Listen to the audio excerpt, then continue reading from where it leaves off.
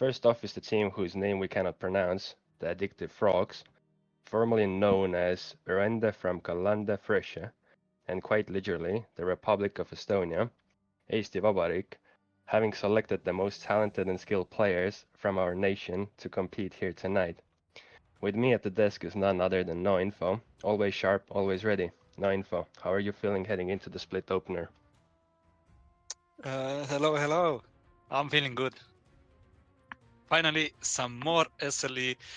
The teams are looking incredible. This split, the vibes are off, like really good already in general, in shitpost, everything. I'm really excited for this split of SLE. That's good to hear. To be fair, we have some returning players. We have some standout newcomers.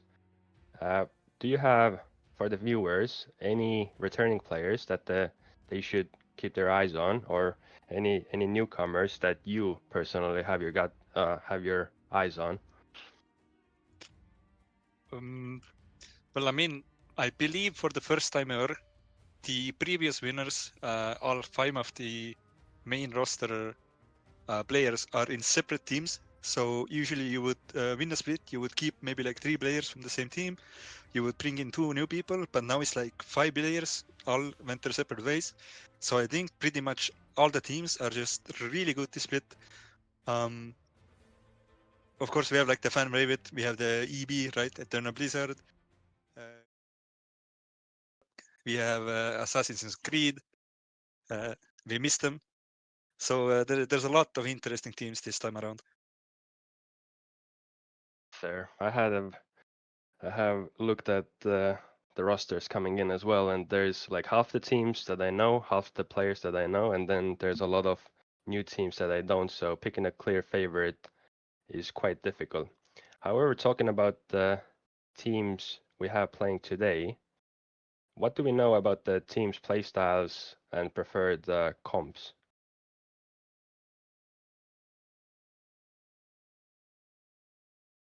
I mean, it's it's gonna be pretty interesting. I do believe we have slides for this segment, if I'm not wrong. Yes, we do. So we have BFF on screen first.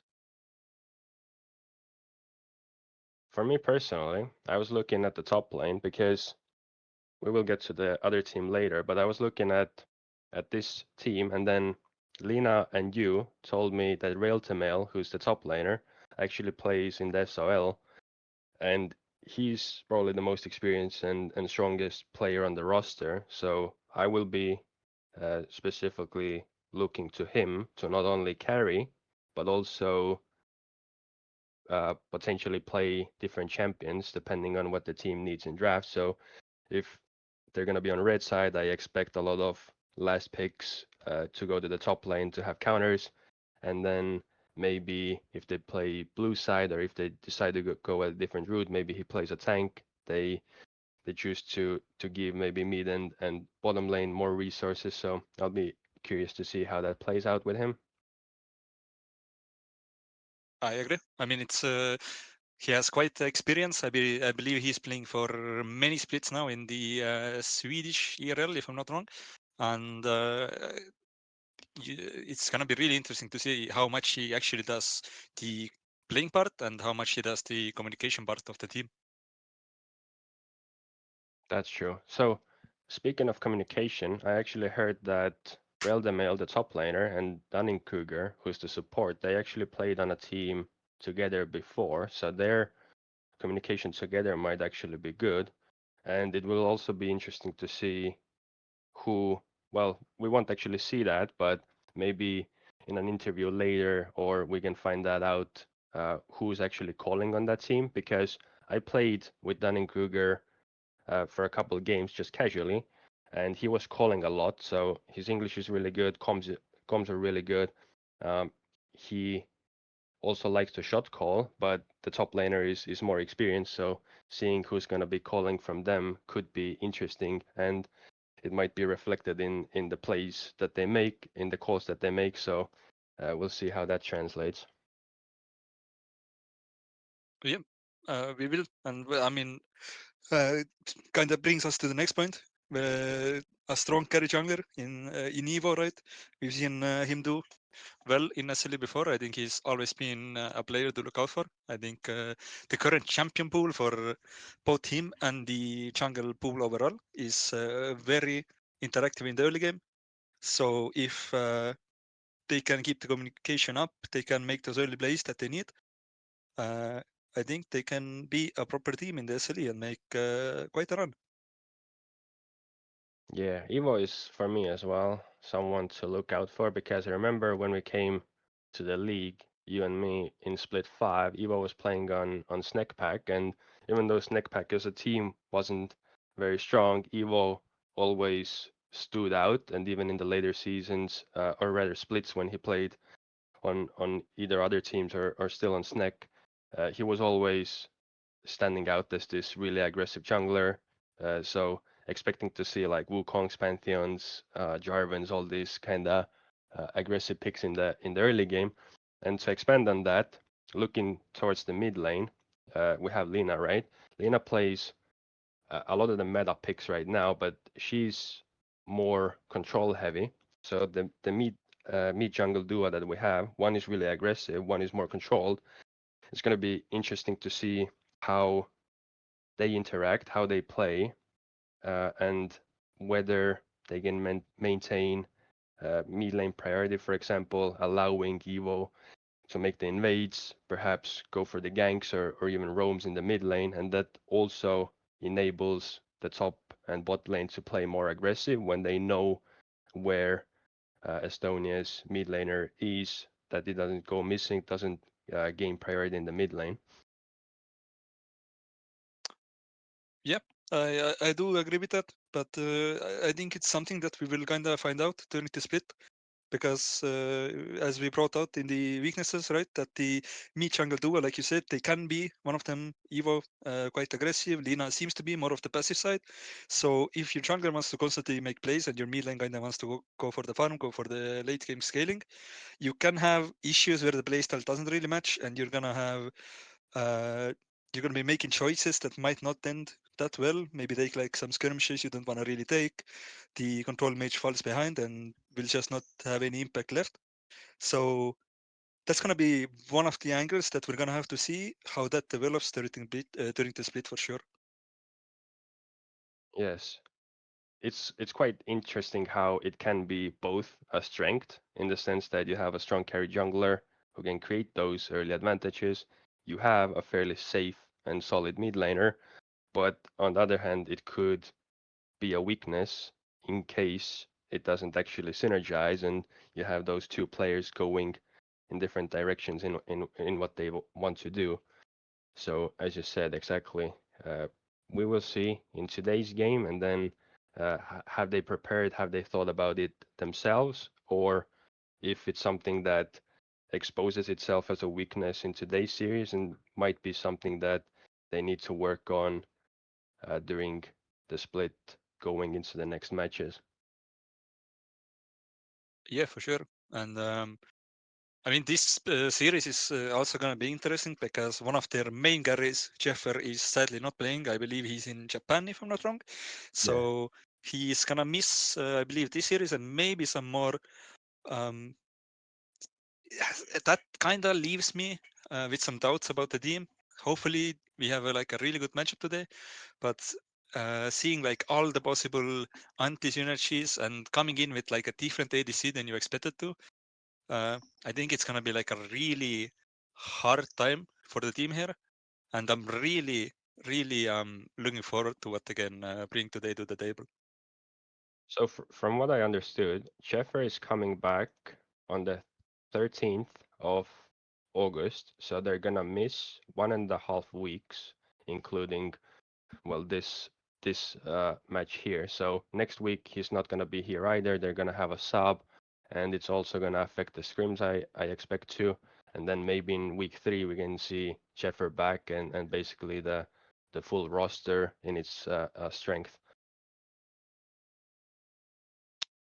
Yeah, it's gonna be interesting to see if there's any differences. We can see once Jeffer is back, but I mean every game kind of counts in SLE, right? You wanna play every game to your maximum. You wanna always have competitive level and have some fun. So we'll see how that goes.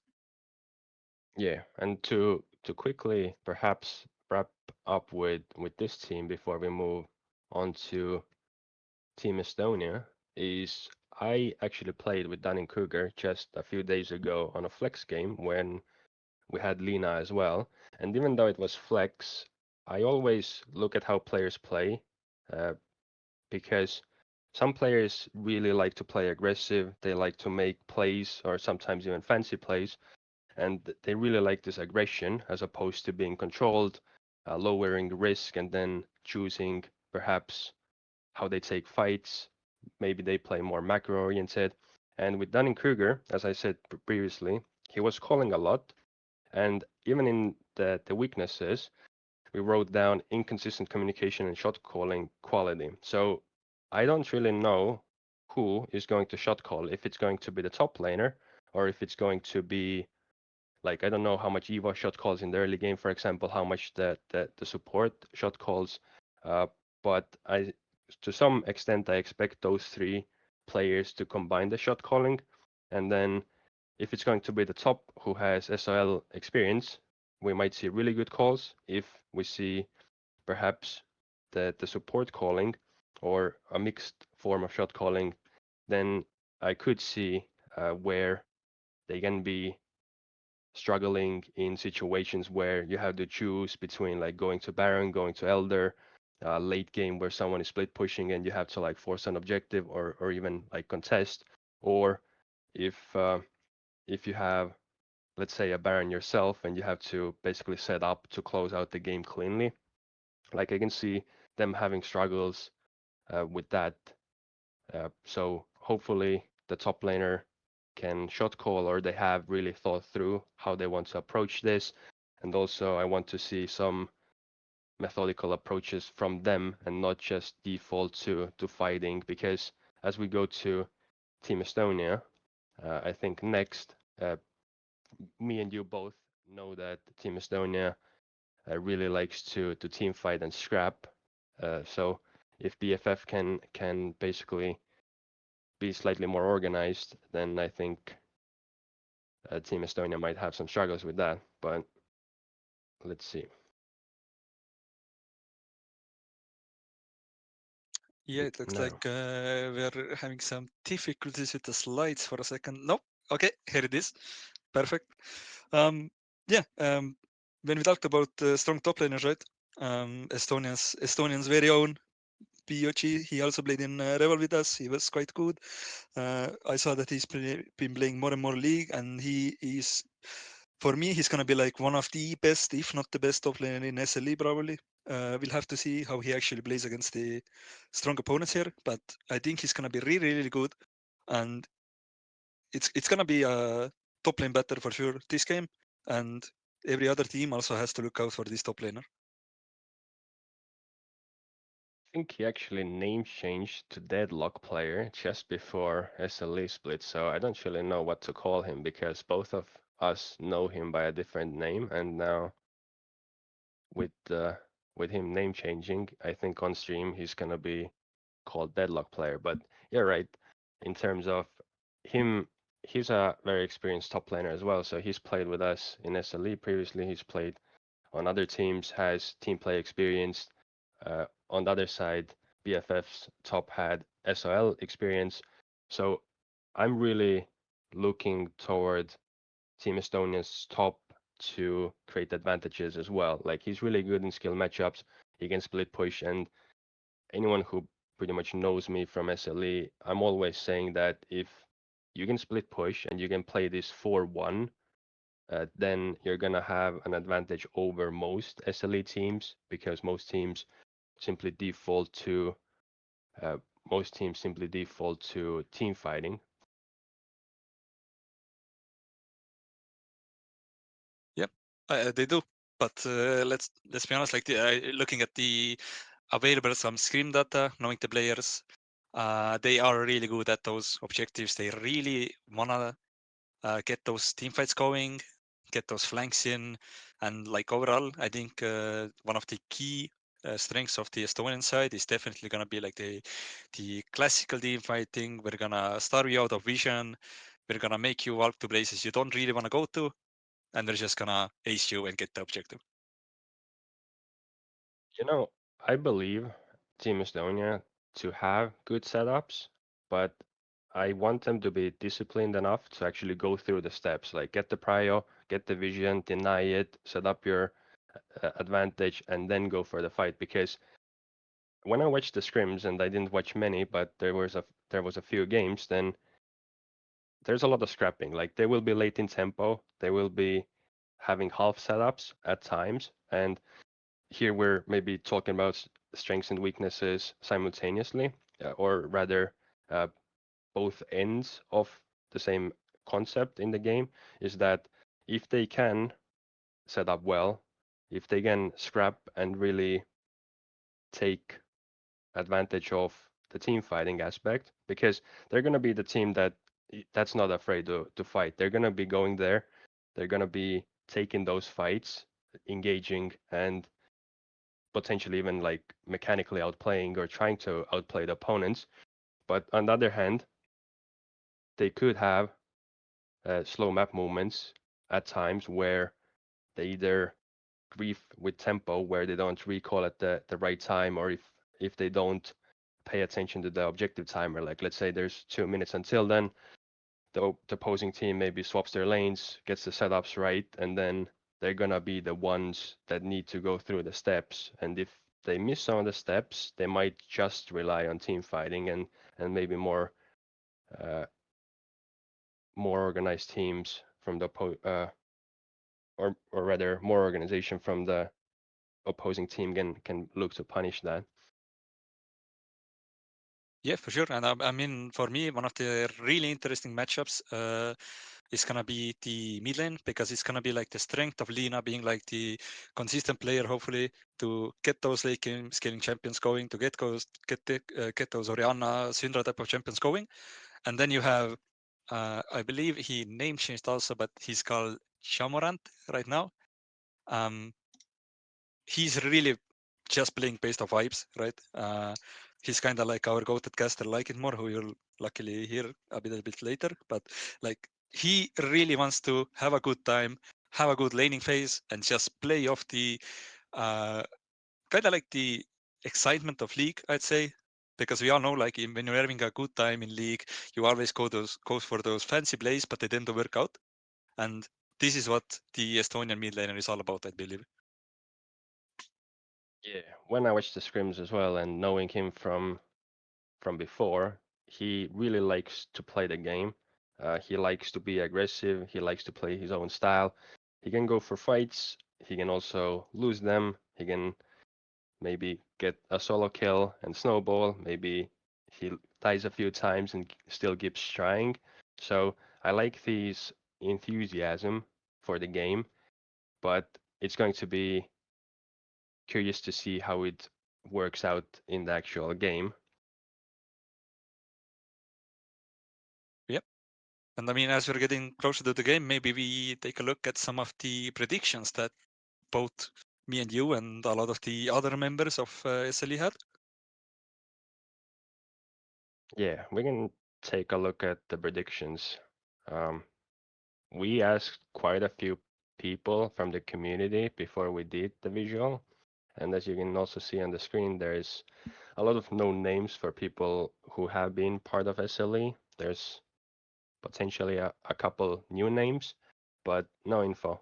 Who do you think walks away with the first dub today? I mean, have to be rooting for the boys. It's I'm just happy to see another full Estonian side on the represented in SLE. It's always fun to watch them, and there's a lot of new names. They have a lot of experience, and I think the players also have like a lot of personality. So I think winning this first game or like this first series would really help them get into the groove, get into the vibe, and become like a major, maybe even like a fan favorite team of the SLE. Yeah, for sure. Because I'll be completely honest, I put BFF as winners initially, And then I found out that Sheffer won't be playing, so I turned my prediction around. I will go with 2-1 because I still think it's the first series. I think Estonia needs to show that they can also play disciplined and they can also play clean and close out the games. Otherwise, I think they can still drop one game, even though Sheffer is out. And also on BFF side, we will see if the top laner can carry the game, if the other lanes, and especially, for example, Living subbing in, can he step up? Can other lanes step up to fill the shoes of Sheffer, and can they come together as a team to maybe, at least for me, provide an upset tonight? And well, with that, I think that's enough analysis from two people who haven't touched Diamond in a while. Whoa, man, I just hit time 4, leave me alone. Yeah, all good. Let's hand it over to the real stars. So, making his SLA casting debut, we have El Jobandante, and alongside him, a name every Estonian League fan knows or should know, our very own Like It More. Take it away, guys. Hello, everyone. As Jay already introduced us, I am Like It More. I am being casted alongside with. I didn't mess that one up.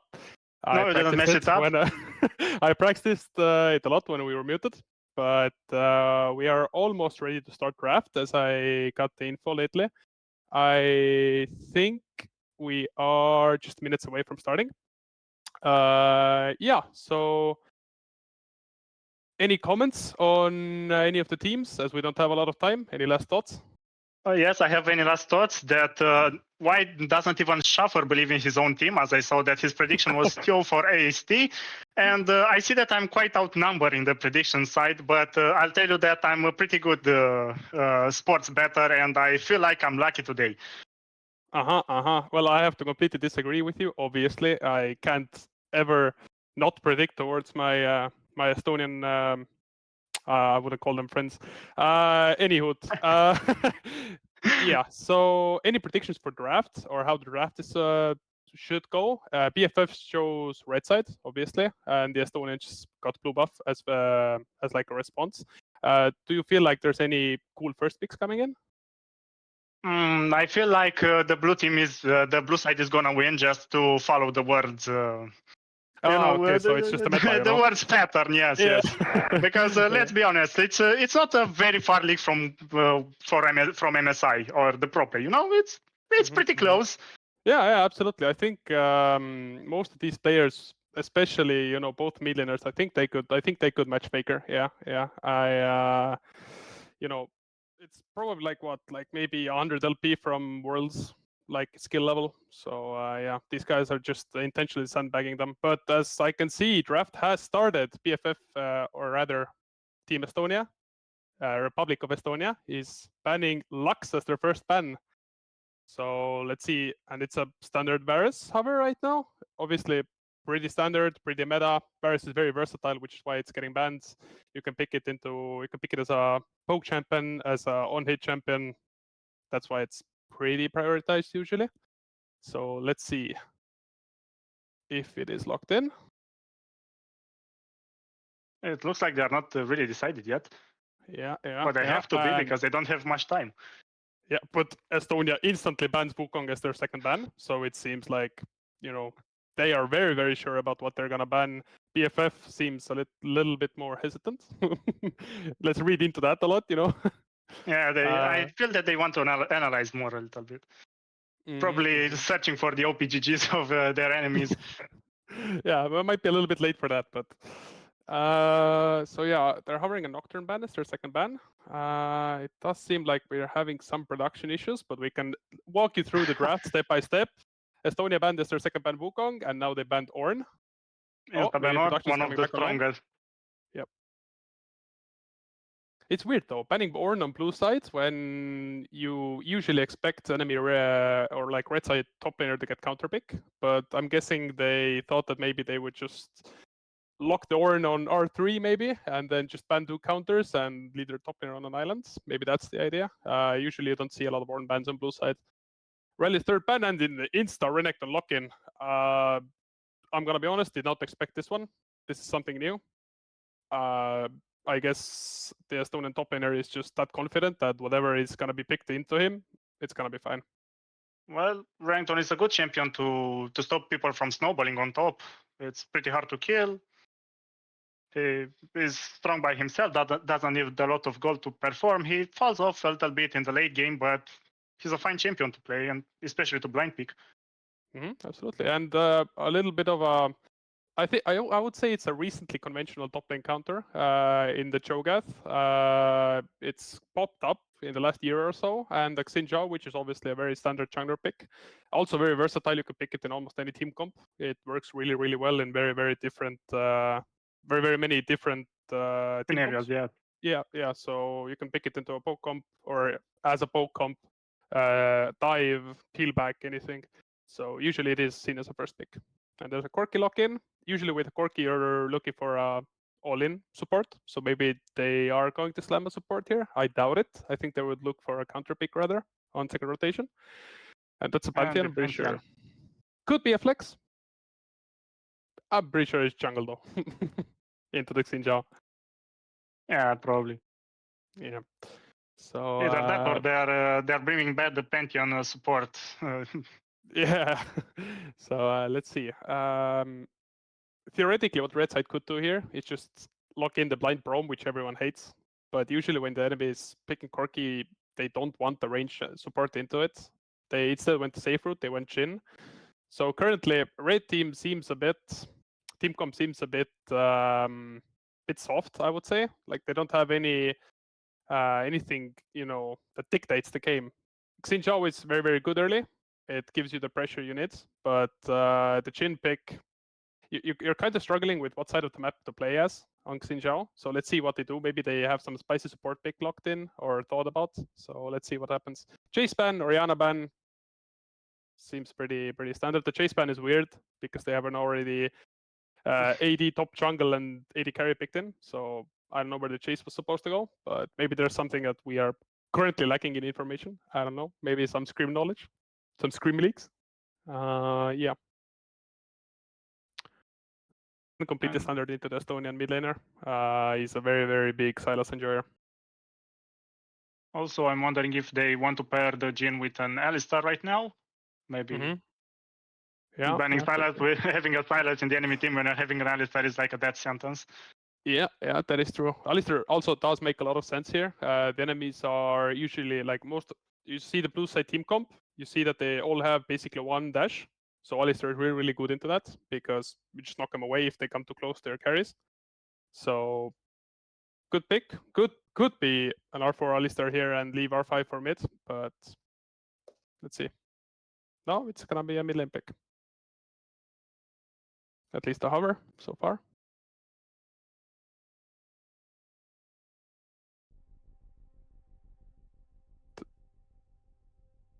Yeah, I would look for something that's maybe. I think you need scaling here. Hui is an option. Azir is best in slot, but I don't know if Lina plays it. Talia is theoretically good. Ari is a bit scary for me because if you fall behind early, it's gonna be rough. But let's see what they decide on. Oh, it's the Hui lock-in. So I guess that decides that. Yeah, Hui lock-in. Let's see what the Estonians have to answer for this, I suppose. Mel looks really strong here, especially into Hui and Jhin.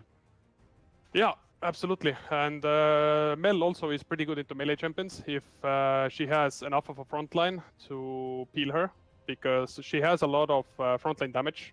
She does quite a lot of burst as well, but overtime damage is completely nuts on her, especially if you go the Blackbird Torch Leander build.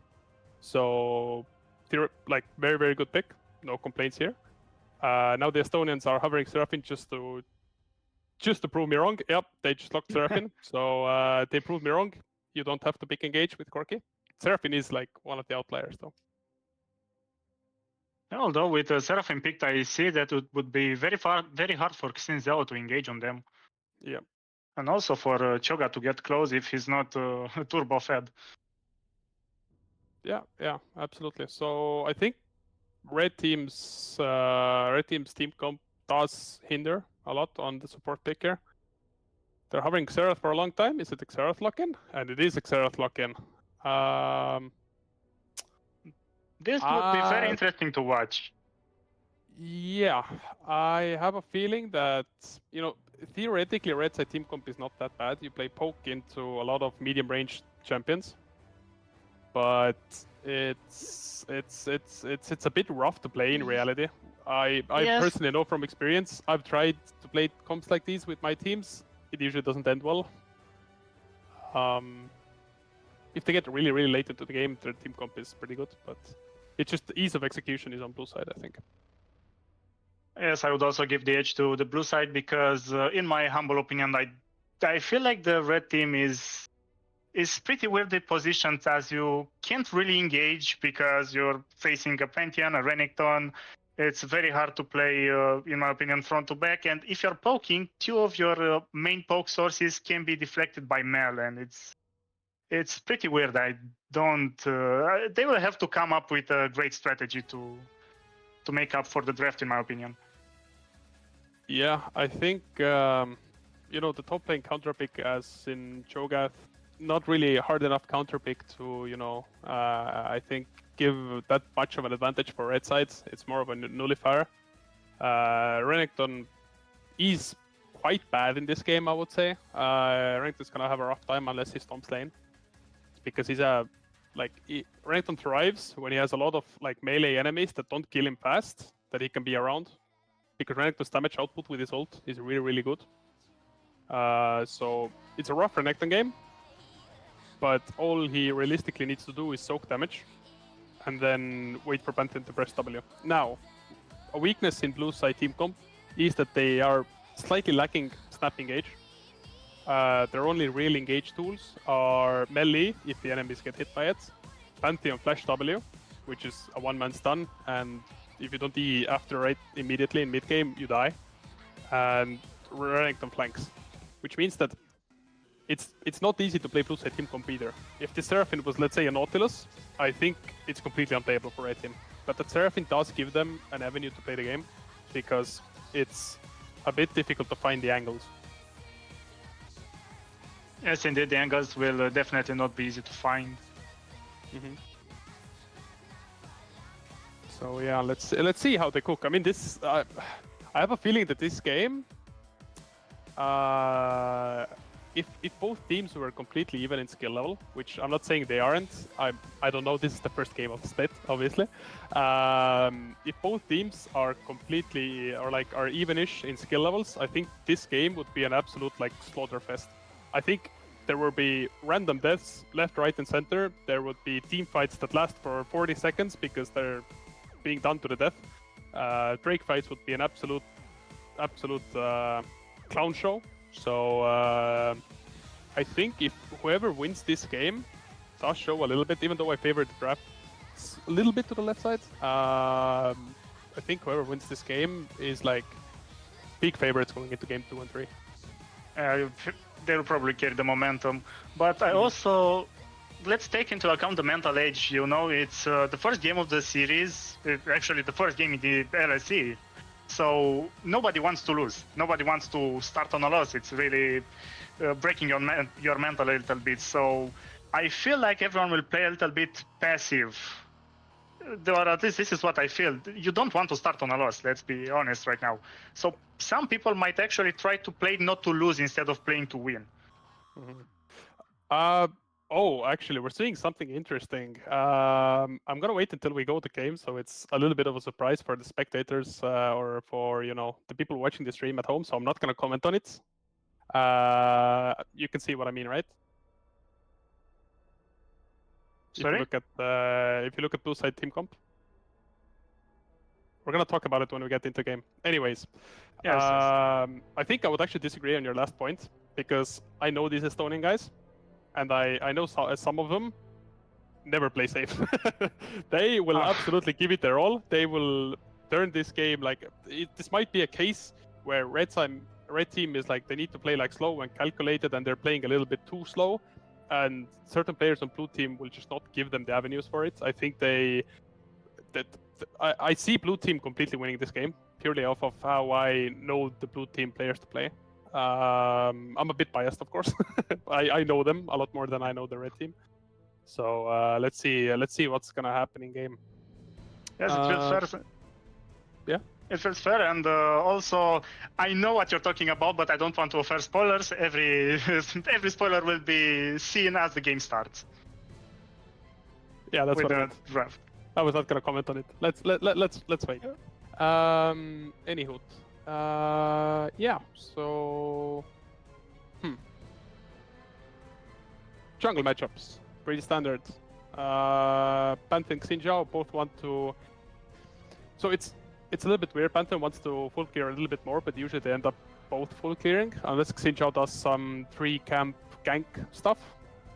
The matchups usually, I think all of the matchups are pretty handshaky. They are very, very poke heavy. There might be some weird stuff going on in mid, but this game should start slow, I think, up until like the first full clear. I think when the game like really begins in that first Drake, I think that's when the fight is gonna begin, because neither team really wants to give first Drake.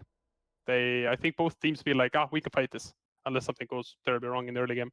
So I'm guessing when Drake spawns, it's gonna be all hands on deck, complete fist fight. I feel to say that I believe almost the same. I also think on the second Drake, to be fair, because you take the first Drake or you take the grabs. Either thing, if it's 1-1 or 2-0 on the feats of strength, you don't want to be 2-1 down, or especially if you are 2-0 down, you don't want to give it to them. So I feel like the second Drake is gonna be the breaking point. So I'm guessing the stream can see it as well now. We are in game. What we were talking about with Geobadante is that it's a quirky mid lady carry, which does mean that it's a double AP bot lane. Usually something that people don't like to do a lot, but it's kind of fine ever since they changed boots, so Merc Rush is not that good anymore.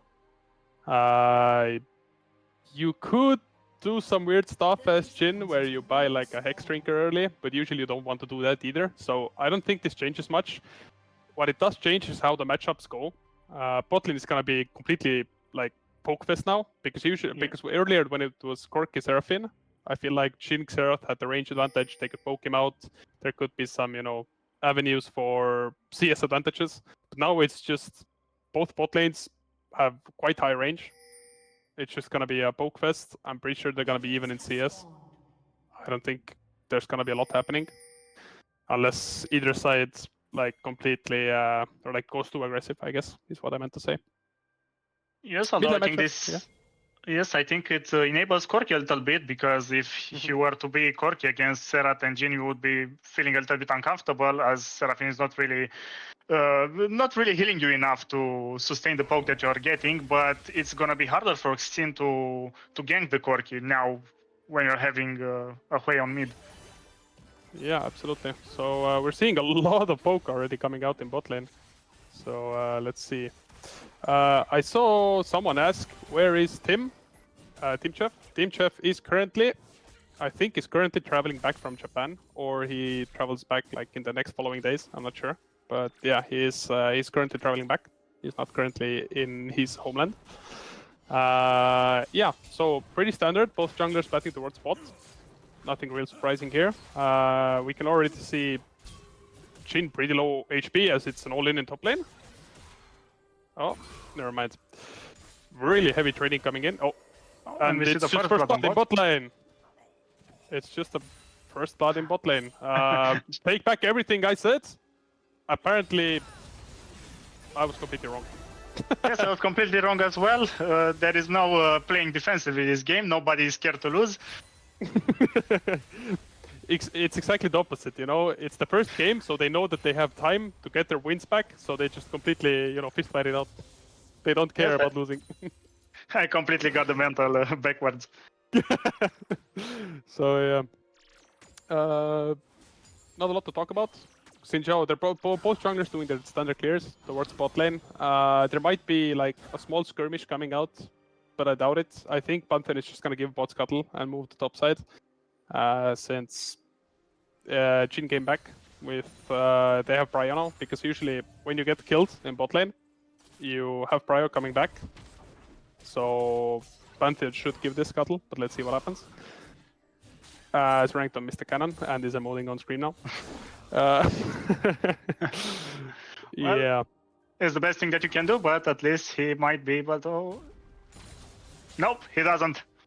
I thought that he would be able to zone him off, but he kills it. Yeah. So there are attempts at trading in mid lane, as I can see, but it's usually being spaced out by both sides. I saw Corki being really up in mid lane, high up earlier. Didn't seem like... I mean, Lina's still full HP, so I don't think the trade was successful. Yeah. An interesting thing, Corki is running Conqueror. You sometimes see some other stuff happening, usually this Conqueror. In this game, it is a bit like... I don't know what else you should go, to be fair, but you're into a very high range, so it's pretty hard to stack the Conqueror, as it's an all-in bot lane. Kill popped. Doesn't seem like anything more is going to be happening. Yeah, Mel is gonna trade a little bit more with Xerath, but I think he's alive. Don't think he gets to die here. Yeah. But they are able to push them out of frame almost. Oh no, it's Like gonna this? be hit by the turret. But they're still up in the trade. They're still up in the trade. This tells a lot about how good the trade it was. And they are gonna push the wave as well. And they will probably get a free recall now. Yeah, Oh, they're unless trying to they're looking dive. for a dive. Oh, seems like they're not. They're just looking for the plates. They're trying to... Basically, what they're trying to do is keep up the pressure. Never take your foot off the gas pedal. And whenever the enemy bot lane is finally low enough that they have to reset, they're going to drop a wave. Which seems like it's going to be now. No, never mind. He cancels the recalls. So that's what they're trying to do. The issue with this is that Xin Zhao could skip Gromp and just move a bot straight up, because you're not high HP either. So let's see what's going to happen here. As it does seem like Xin Zhao is starting to move bot lane.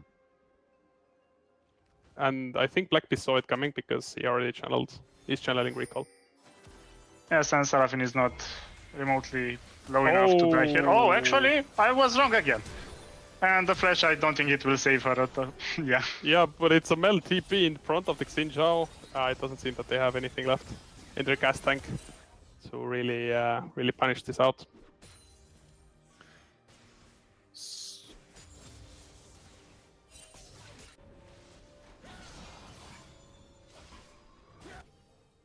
Looks like the wild top lane stabilized a bit. Now that Cho'Gath is level 6, he will probably just stack minions until there are fights or objectives to take.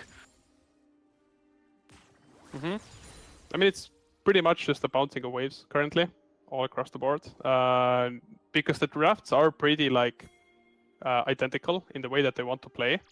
It's both teams are just shoving their waves, looking to do something. The enemies are here as well. Let's step back just in case, but it does seem like the Drake's being started. Maybe they got off of it. Nope, they're still on it. So blue team is starting off Drake. This could be a fight opening up right here. Pantheon does not have a smite currently, but it's gonna be up by the time they finish it. It does seem like red team is giving it. Yes, this also I think happens as Lina arrives a little bit late, and now the Xin is dead, so you can't really contest it as Pantheon smite is up. So yeah, this is Drake for the Estonian squad. Let's see what's gonna happen after. Loss hits Seraphine might be in trouble as well if Seraph hits the Q. Or never mind, no Q. Only an auto. Yeah, it's a dubstep auto attack. So 1-for-1, I think. Yeah, 1-for-1 at the end of the Drake fight, but blue team does get the Drake. Red team is shoving in the wave. It's critical that they get the crash here. Pantheon big recall, so I'm pretty sure they will get it. Pretty even across the board right now. No real advantages on either sides, except for the AD carry, which is 20 CS up. So and again, something I was apparently completely wrong on. I thought the matchup was gonna be pretty handshaky, but apparently not. Apparently Mel is just really OP, as it is a gank in top lane. Yes, and I think they do have the damage with Cho'Gath's ult being up. Oh, but Pantheon is here with ult. Let's see, can they That turn was it? a nice counter to Pantheon W. Yeah, and the feast comes in. Feats of Warfare for the red team. But Los Moderata is here first. It seems like they were trying to... Seraphine was moving topside anyways to contest the grabs, or like fight the grabs. But yeah. So she just arrived here to see her top laner die, help out. It's a 1-for-1 again. So... And it's gonna lose a plate on bot as well. Yeah, it is a bit rough for blue team, because I'm not sure what happened, but Black Beast was not answering bot waves. Maybe he got chunked out. So yeah, they're taking grabs. Blue team grabs for this. Again, it's a net positive play for blue team, but the fights are not as convincing as maybe you'd want them to be. Yes, and we also were a little bit wrong about which team will play the early game better. Yeah, so let's see. This is why we're caster and not analysts, and it looks like it's a fight breaking out on river. It's not gonna be a long one, as the red team escaped, and they don't want to push it further, especially as they don't have two of their most important ultimates up. Yeah, absolutely. So some key timers to look at. Pantheon has no flash. I don't think he's gonna get it up in time for Drake because he flashed top lane, I think. So alongside the Renekton. So Pantheon no flash for Drake. If nothing happens, Xinjiao does have flash for Drake. So it would be a Summoner advantage if this was an LCK game. I'm guessing. There's not gonna be as many flashes by the time Drake comes up. knowing SLE, but let's see what happens.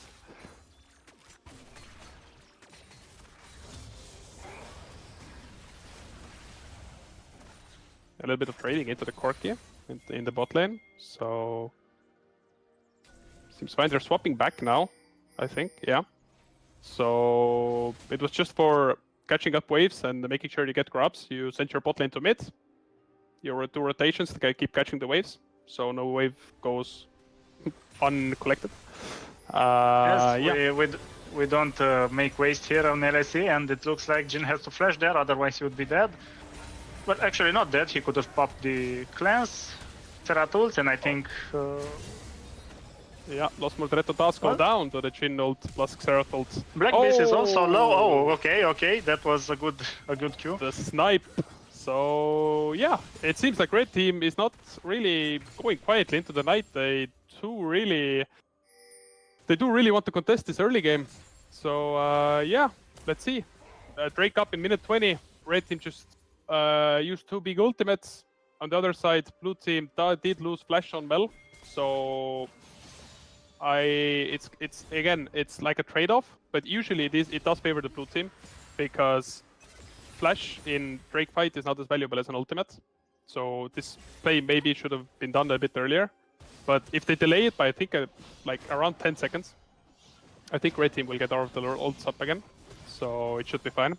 So it's in that regard, it should be a net positive for red team if they can stall it out. If blue team knows their timers and starts Drake instantly, I think they have an advantage. But I doubt it. So yeah, let's see. Renekton doing a little bit of proxying. Judging by our predictions right now, I believe that I would rather not give my input on that, as I might be wrong as well. So yeah, let's see. As maybe there's a fight coming up. Pantheon does get Evo caught up here. And Xenid's in big trouble here. I don't think they will be arriving in time to save him, but he's leaving low HP, and I think he will escape there. Yeah, Xerath no flash. I think he's gonna go down here. Yeah, Corki Q does get him. And Pantheon is following him. Q snipe. No, they are going for the Jhin dive. They will be able to push the waves in time, and there is nobody able to help Jhin here. Yeah, I think it's just a dead man walking. I don't think there's anything that anyone can do about this. Yeah, and he does go down. As you saw, the fight started with Evo actually overextending on the Tri-Brush. Tri-Brush. So blue team completely saw it on the ward, and they completely collapsed on him. They did it right before Drake, and the fight was like very, very hard for red team from that point onward, because your Xinjiao was out of position. He already got chunked. Even if you try to turn it, Xinjiao is basically not an element in the fight anymore. So yeah, a big mistake by Evo. It's gonna cost them this Drake. But... And it looks like they're trying to get some counterplay on top, but they're not gonna get it. Yeah, to try to cross map something. Evo is looking for these camps. Might be able to get this before blue team bot lane gets here. Renekton is standing there looking at him menacingly. Yes, But but yeah, I think he he's sees Cho'Gath on top. So I thought that he might try to contest that, to be fair. Yep. Yeah, so it is actually a full cross map. Pantheon is taking his Gromp as well. So it's just an even trade, except for the Drake obviously, but Jhin does look like he's in trouble. And he definitely does is. go down. Yeah, it definitely is. Not much to say about that. Yeah, this cleanse up, but the cleanse doesn't really do anything in that situation. So completely acceptable that it didn't cleanse it. Lina a little bit far above out here, but I think it's fine. She's fine. I think she just walks it off. Yeah, overall, pretty even game state in terms of gold, but I think in map state, blue team is pretty far ahead. They got 2 Drakes, they got 3 grubs, they haven't lost a single neutral objective yet. If I'm not mistaken, red team got feats of strength. So yes, and it all comes down to the first turret taken. Yeah, exactly. So whoever gets first tower gets feats, and I think it just fell. Yeah, it did. It fell in bot lane, so blue team got feats.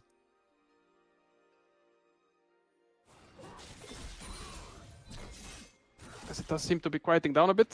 Some interesting map movements coming in. Corki was maybe afraid of a dive coming in top lane, so he was just covering his top laner.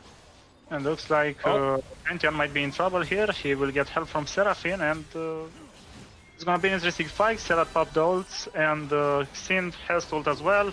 He has to deny the damage from Seraphine, which is not much, but it is damage. Pantheon is getting caught, and let's see if he lives there. I don't think Cho'Gath has enough damage to kill him. We gotta be careful for the fight and the counterplay of the blue team, and all the poke from the red team is taken out, and they will probably just chase Cho'Gath to death, and yeah, there's not much you can do here with Cho'Gath. Yeah, poor guy has also flashed and didn't manage to get him. So the fight got completely split up into 2 pieces. The top side and the left side and right side, I mean. Left side was looking pretty equal. Cho'Gath was holding Pantheon in place. He does have enough damage after Pantheon ends to completely one-tap him with ult, but he didn't have the time, didn't have the space. And on the right side, it was like complete unthreatened access to their backline for a red team. So they just got slaughtered, unfortunately. As blue team does pick up the Herald. Again, their streak of not giving up neutrals is continuing. I think the gold is not that even anymore. And another slaughter fest happening. It looks like it's gonna be a slaughter, but in favor of the blue team as Shogun. Oh, wait. I wouldn't be so sure they're chasing. Oh, but got it's... completely popped. Yeah, but it's very hard to kill Pantheon. He's got... this is why the last... the last fight failed, because you're trying to kill the Pantheon that got Standard Sky and also has an E. You will not be able to kill him when you're throwing Jhin ults, Serat ults, and Xin Zhao doesn't have enough damage to kill him straight away, so... Yeah, so... A good idea by red team, in the sense that they try to answer it. If blue team goes too far, you usually would win, but they're basically getting smacked in the head with their with red blue team wallets. But it does seem like Pantheon does overextend a little bit too much and goes down. They are greeding a little bit for the mid tower. Yeah, and Xin Zhao goes down to the Mel ult as well, off screen. So yeah, there's so much stuff going on that I can't really like put my finger on. Like they just tried to siege mid with Herald, which makes sense. Mel is gonna be a very big problem, being 7-1 and very, very strong at this point. Yeah, Blackbeast showing his fancy movement, a little bit of flash abusing to get out of that Jhin Xerath pickle, I would call it. Yeah, so he's out. Renekton is side laning, as Jay did predict before the game. He's pretty good at side laning. He has like a pretty good understanding of what he should do on the side lane. Yes, but he might get punished for it. Yeah, it's an all-in. If Lina can hit her fear, I think this might be Renekton dead. The ult popped. I think he might be dead regardless. Yeah. The fear, yeah, I don't think it landed, but it is dead. Crocodile, nevertheless. Blue team trying to cross map, setting up Drake off of this because you saw 2 people top lane. I don't think this Drake should be contested. red team might contest it because they're like, oh, Renekton is dead. I don't think you can contest it, and I don't think you should. I don't think you should take away from the valuable time you have to scale, as you can already see Evo getting completely chunked out before the fight. I think the Drake is Also, having no front line against Fed Mel might be a big mistake. And yes, Sin dies again. I think he didn't have time to pop ult there. He might have lived, if I'm not mistaken. Yeah. So again, big advantage for blue team. They're so far ahead in gold. It's very rough for red team. I think any time that they can make a cross map play and just find objective bounties, find some turrets, find some camps to get back into the game, it's gonna be really good. They need one team fight to really get back into the game with the shutdowns, with the massive inputs of gold that you get when you're this far behind. It's just a tough time finding that team fight, especially. Yeah, Lina doesn't get to live there. Yeah, and exactly. Black BC is gonna claim another kill.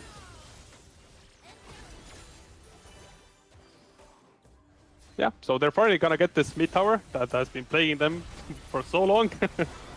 As Mel does get hit by a lot of CC, but Seraphine shields do bail him out. So it's fine. I don't think they're gonna keep sieging here. The red team has enough wave clear, but it's an all-in into the Seraphine. Oh, Seraphine flashes and dies! The flash of hope. He gets buffered by the Cho'Gath ult. Mel might be in trouble here. Yes, she has no flash, and I wanted to say that they might engage on them, but it looks like the flank from Renekton is gonna hit hard, as he's really tanky, and yes, it's gonna be a dead Zerat. And Cho'Gath dies as well with a nice ultimate from Corki. Yeah, I think Jhin might be in trouble here as well. I don't think there's a way out for him. Oh, Mel does go down. Black Beast does go down to the Xerath, though. I don't even think I saw where that happened. I think he was tanking the turret. Yes, I think this is the only way to have died, because Xerath was dead long ago. Looks like he's responding right now. Yeah, I think he died to the turret. I think they're gonna have a fun time with it in reviews. It's the gold reset. It's the gold reset on Xerath. Yeah, no one tell red team that it doesn't work like that anymore, right? Give them hope. No, it's the gold reset. Trust. Yeah, it's a gold reset. Yeah. It's an Atakan start. Black Beast does have TP, so it's gonna be a 5v5 if the red team even gets here in time. This might be a good avenue for red team, honestly, with the reduced Yes, then Cho'Gath has ult up. reduced resistance. Be careful for Cho'Gath and Xin, and Renekton goes down. is dead. This might be their avenue back into the game. Oh, and the Xin Chow tries to steal it. Get out, run! As the fight does continue, Jhin does use his cleanse finally, and they're chasing the blue team down. The fight is very, very long. Yeah, this is what I expected of the first Drake fight, not this one. They're kiting away. Bunton is ulting in though. This could be a complete disaster for either side. But I think it's just the Evo dead and blue team getting a couple of kills, but I think this is very, very good for red team. Wait, does Evo get out? Oh, the movement. He might. Moment. Oh, good. Oh, Evo is out. Very, very big win. Like the of his apes. Yeah, very, very big team for BFF. Atakan plus a couple of shutdowns. I think they got 2. Oh, it wasn't a shutdown, but they got Renekton. And yeah, I think they got Renekton, and they lost no one, I'm not sure. So yeah, big win. Still a bit of a bad game state. Drake coming up in a minute and 20. It's pretty hard to get position on that Drake with being this far behind in gold. It's hard to get wave priors for it. If they go right now and just ditch the waves, they might be able to get waves, but then they get the Drake and they lose them up. So let's see what they decide to do. It doesn't seem like they feel like they're in a hurry. Yes, and also if Mel manages to get the death cap until the Drake spawns, it's gonna be a big problem, especially as Cho'Gath has no magic resist at this point, and he might be just getting popped. And you will have no frontline left. Yeah.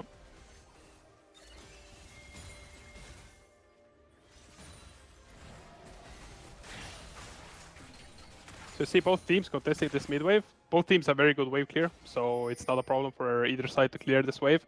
Trying to get the first position into river, because in these team comps, first position matters a lot, especially with Bunton having no flash and ulti in, I think it's gonna be up in 30-ish seconds, 20-ish, 30-ish.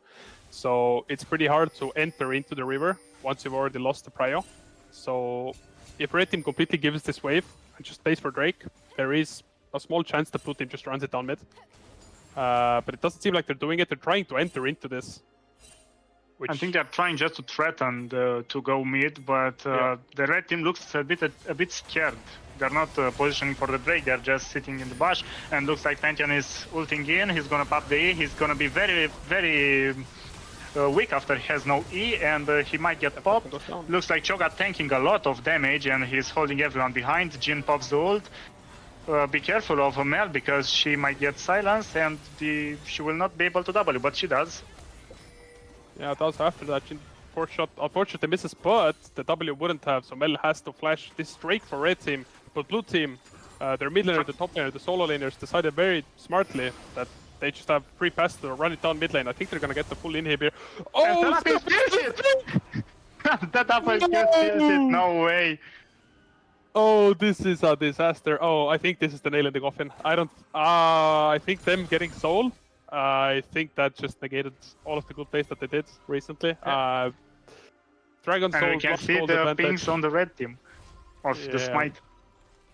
Yeah, I think this should just be pretty over in 40 seconds. The red team does have a chance for a team fight at this Baron, but it's gonna be a rough one with enemies having Infernal Soul and this much of a gold lead.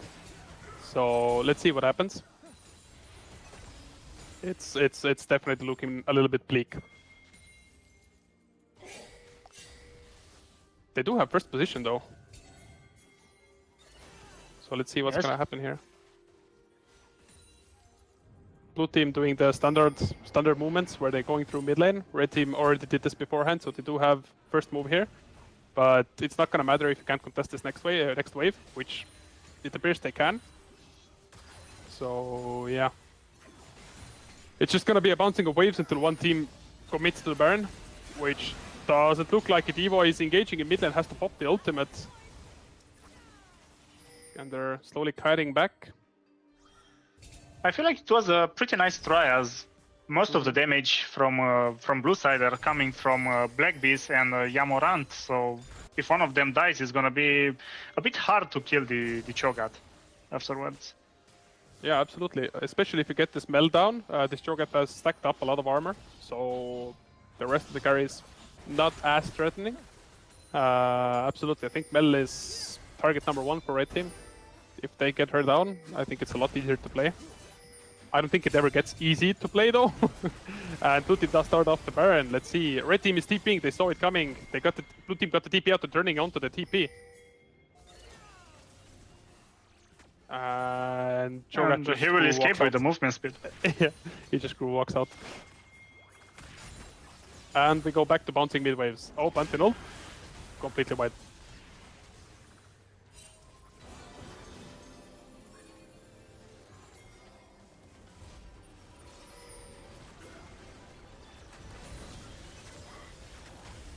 Ranked back does get cancelled, so Ranked cannot back and TP in case they were looking for it. It does feel a bit like blue team is actually the one on a timer, because if you get both objectives on the map at the same time, a lot of bad things can happen. I think it's up until red team gets Baron or Elder. I think it's always going to be blue side favored game state from here on out. But if it's both neutral objectives up, there can be a lot of how do I say it? A lot of weird things can happen where they accidentally trade objectives, which is not something that blue team really wants to do. So I think blue team does sort of want to start up the Baron in the near time, but it seems like red team is still strong enough to contest them, and it's not as easy as it looks to start off this Baron, because obviously Baron does reduce resistances. You're in a pretty confined space if you're all doing it.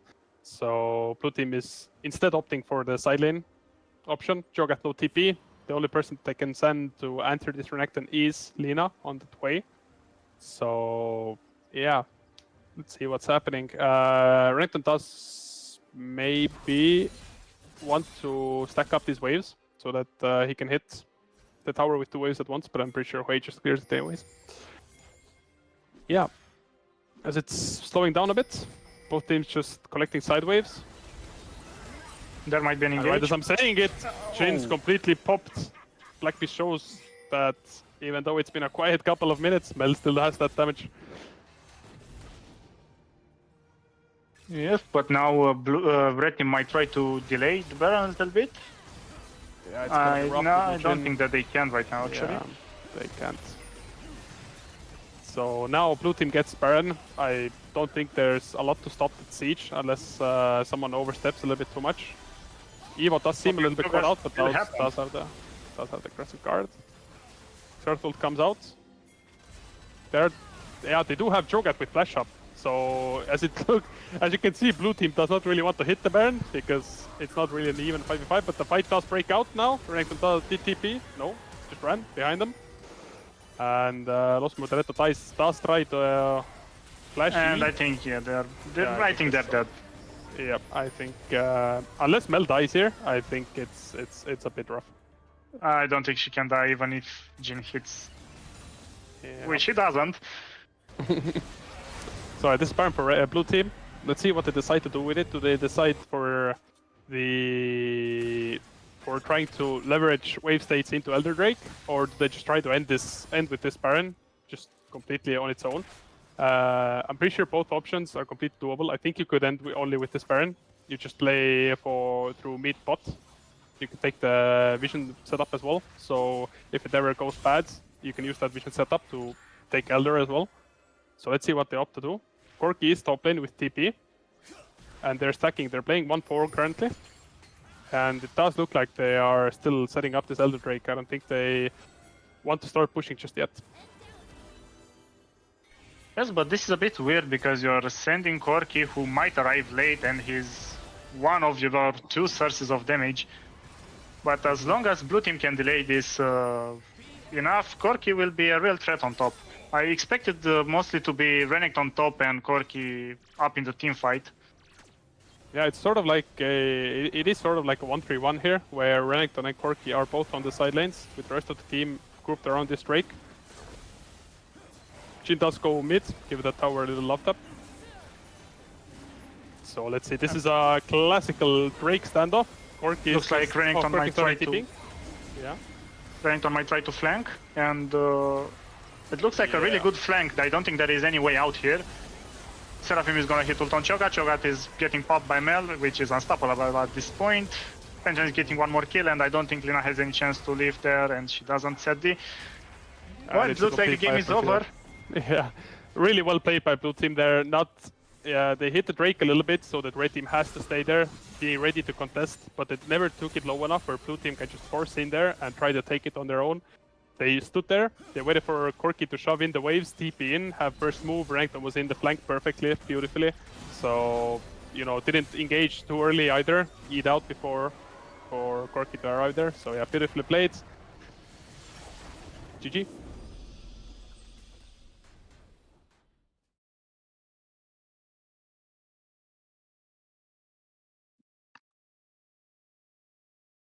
All right, as it seems like we're going to give this over to the analyst desk again. Che, take it over. Thank you very much. Good cast, good game. I had some concerns about how the mid-late is going to play out, because initially I thought either team is not very good at closing out games, so I thought maybe the games go longer. But as we saw in this game, like the gold lead ballooned to 5k and more so quickly that there wasn't really much chance to play from behind and bring it back. But coming back to closing out games, then something I'm really somewhat surprised about and also happy to see is how Team Estonia actually played the Baron and also the Elder. So starting from the Baron, we have a pick on Jhin, so that comes from the setup. They push the wave, they get the vision in place. They try to make a pick on Pantheon, I think, and then Blackbeast finds Jhin, deletes him off of being on a pink ward, basically playing around an anchor. They find a pick, they go on Baron, they start it, and then they actually have people play zone, so they don't only stick to the pit and try to finish it. They actually have people playing around. they zone the jaw, and then they actually turn with people holding the Baron, so they're not coin flipping that, which is really good to see, which is really clean. So they get that, and post Baron, instead of defaulting to like 5-manning the Elder, they actually 1-3-1 set up the Elder, and then the setup itself, like Corki pushing for the inhib, BFF trying to 5-man and try to contest the Elder. Estonia pulls back, they let Corki and Renekton play the sides, then Renekton comes in with the flank. Like, that was really well played, and I'm always happy to see the macro plays and just not taking the 5v5s when you're so advantageous in those situations. What do you think, NoInfo? Yeah, I was also looking at the final Elder Drake situation, how the Estonian side played it, and I also had it in my notes that I think this is like a really good example of a competitive experience diff, because it looked like the Estonian side was so much more aware of what they can do on the map, how to really put the red side on their back foot. We saw like Cho'Gath was not really sure if he needs to go match the Corki or not. They didn't really get any poke in, and the Estonian side kind of like kept chipping at the dragon, but they didn't really take it low enough for Cho'Gath to steal it. So yeah, I was actually really surprised how well the Estonian side played not only the latest dragon, but if I'm not wrong, then almost every objective, if not every objective, went to them alongside a Seraphim Q steal. So I'm really a fan of the Estonian side setups when it comes to objectives. Yeah, initially I thought that Estonia would have slow map movement, because when I was watching the scrims, and I know scrims are completely different to officials, then something that caught my eye was them being slower than the opposing team when it came to like lane swaps. They would be the ones reacting, not the ones to initiate. In this game, Loss was the one moving to grabs, roaming out, then they had a switch where they put Corki bottom, the Mel went to mid lane, then they switched back, which is not really like a lane swap, but it's a switch just for the objective. And seeing these type of plays is really good to see, because whenever you can play for every single neutral, because there's different ways, like let's say your bottom lane falls behind, you can swap the top and bottom. There's certain map rotations you can do in different situations. So seeing them being proactive themselves and pushing the pace, trying to make the plays and also play for every single objective was really nice to see.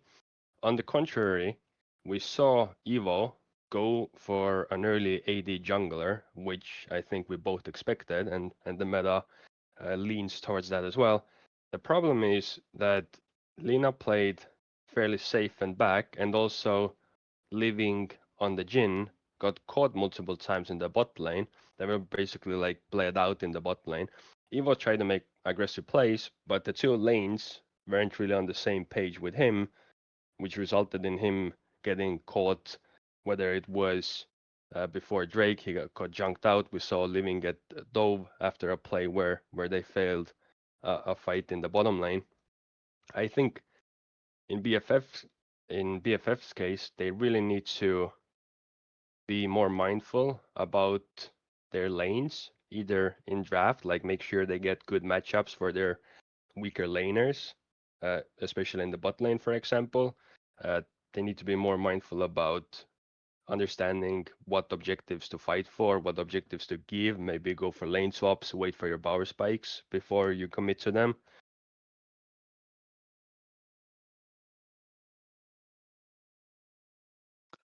Yeah, I agree.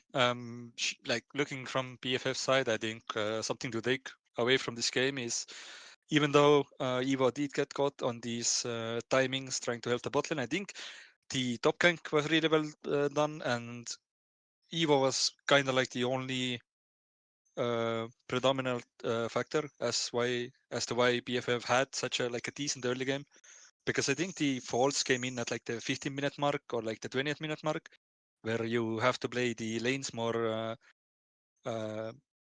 thoughtfully, where you have to keep like macro in mind and make sure your tempo is correct. I think that's something that BFF really needs to kind of take a moment, think about, see if maybe they can fix it somehow, and they should still be more than capable of giving us a good game too, I think. Speaking of the top gank, I was looking at the matchups, or rather the matchup in top lane. Every time it went top, we saw the gank, we saw the turn with the Pantheon coming in and the Seraphine timing for the grabs. The idea of the gank was good, also the turn was good, and I was actually thinking about the top matchup because that was the anticipated one. We have two really highly peaked players, both have team play experience, and Rail the Mail still plays in SL.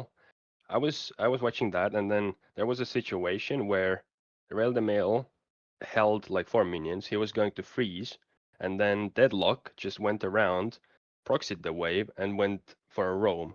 So seeing those type of small details where you wouldn't really see that in other matchups, because right now we're seeing like heavy trading in the bot lane. It's explosive. We saw Living get caught with like flash up and die. I think it was like level 2. So I feel like the highest level of gameplay right now is in the top lane. If the other lanes can step up, or if they can be put in a position to succeed from either draft or their teammates, maybe Evo can enable them better. Maybe they can find some safer matchups. Then we could see a turn.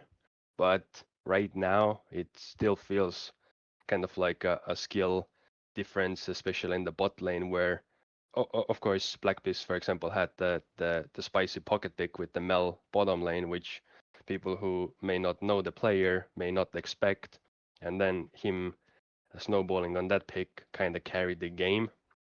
But overall, there feels like a lot of skill differences apart from top and perhaps the mid and the bottom duo need to step up to have a chance in this series. Yeah, I totally agree with you, and it seems like the players are slowly getting into the game. So before maybe we hand it over to the guesters, I just want to get quickly your opinion, your final opinion. Do you think we'll see game 3 today, or is it gonna be a 2-0 for the first series of SLE in this new split? That's a good question. Based on game 1 alone, I would say it's a likely 2-0. I would still like it to go to 3 games, but the only way I really see BFF winning right now is, first of all, we need to get a really solid draft, which means that we don't really want to see spicy picks. We want to keep it standard. We want to get bottom lane on a safe 2v2. We maybe want like a mid counter pick. We want a good match up top. And I think Evo and Living, both of them need to be smarter about how they play. Like Evo needs to be more controlled about the fight selection, pathing, which lanes he tries to get ahead, which lanes he defends. Like he doesn't really need to even get them ahead, as long as he covers for them, could still be really helpful. And from there, if they have perhaps scaling on their side, they don't really get caught in the early game. I think they have a chance to take one game, but I don't really see them winning tonight unless they really turn it around. So I think that's my call. Like there are certain things they can do to adjust that could end up winning them a game. Otherwise, if it goes similarly to game 1, where there's just a lot of fighting, not many setups, BFF players get caught, then I think we might see a similar game 2 to game 1. But with that, I think we can give it back to the casters. The players are ready as well. Thank you, Jay. Hello, we're back. Like it more and Giobandante. And Giobandante were here. Woo! And draft is already on, actually, as we see side swapped. BFF this time on the blue side, Estonians on this time on the red side. 4 bans already through. Nocturne Rel on the blue side, Jarvan and Lux on the red side. As it does seem like they're hovering a Blitzcrank ban and the brand ban. Oh, and the brand ban does come through. And it's a Wukong ban. I think it's the same bans from the Estonian side as last game. And that's a Varus first pick, which is completely meta, completely standard. Is a very, very strong first pick, as we talked about it on the last draft. Yeah, for anyone who did miss game 1, you can see it on the screen. The Estonian side did win, so the blue side did win. I saw some questions about it on Twitch chat. Yeah, so Varus first pick. Let's see what the Estonian side decides to answer it with. I know Blackbeast is a pretty big Ezreal player. Technically, or like in pro play, usually the default answer would be a Misfortune, but I doubt that's. I don't think that's a Blackbeast champion, but it is a Taliyah first pick. Could be a flex pick, could just be a mid lane one. Yeah, this is what I'm wondering, if it's an ADC Taliyah, but I think it will not be if it's a Draven. It's a Draven pick. Oh, it's a Draven, however. Oh. This could be spicy. Oh, it turns out it's a Kai'Sa. Oh, Blackbeast, you got my hopes up. This would have been a fun one. Kai'Sa lock-in. So already 2 decently AP-heavy players, champions, I mean. So let's see what... Maybe they're trying to look for... I was gonna say something that oh my god, I cannot speak today. Facilitates the Taliyah, but usually those picks are Xin Zhao, it's Pantheon, and it's Renekton. All 3 are out from game 1, as it is a fearless draft. So let's see what they decide to do. Blue team does lock in the Orianna on B2. So I think they're pretty confident that it's a Taliyah mid. And it's gonna be a Viego hover. Oh? I think Viego would be hard to play against Taliyah and Kai'Sa, Yeah. so... Yeah, I don't think Viego is that great of a pick here either. As it is just a blind pick Trundle. That's interesting. Now I'm wondering if they're... Mhm. Now I'm wondering if they're gonna pair it with Ornn top, as Ornn looks to be open. He might be banned on the second draft. Yeah. Oh, it is a Tristana lock-in, so I guess that does mean that it's a Taliyah jungle, Tristana mid, Kai'Sa bot lane, I think. Which does make sense, in the sense that they locked Trundle, so Taliyah should be pretty good at Trundle, because you can just base him, especially if you go phase rush. It's a pretty good matchup for Taliyah jungle, I'm pretty sure. To Tristana mid, also pretty logical. You need some, usually it's pretty good if your mid and jungle are separate damage sources, so it's 80 AP or vice versa. And yeah, the Camille ban coming in could signify a R4 top lane pick, like a tank, and giving R5 to support, which means that, you know, maybe Estonian side is actually trying to pick away the Ornn. At this point, I'm not wondering if we're not gonna be wrong again. So let me just make a wild guess. It's gonna be a Taliyah ADC. Oh, and I'm confident into that. So it's gonna be a Taliyah ADC, and it's gonna be what, a Kai'Sa top? No, it's gonna be a Tristana top and a Kai'Sa mid. Ah, okay. Just believe. But at least one of us has to be wrong, and I'd rather it to be me than. I'm fairly confident it's Taliyah jungle, especially because I know that Yasa does love it. So yeah, let's see what it could be. It's an Alistair ban. I think it's gonna be an Ornn on R4 because they didn't ban it this time. Oh wait, maybe you were right. I think they want to.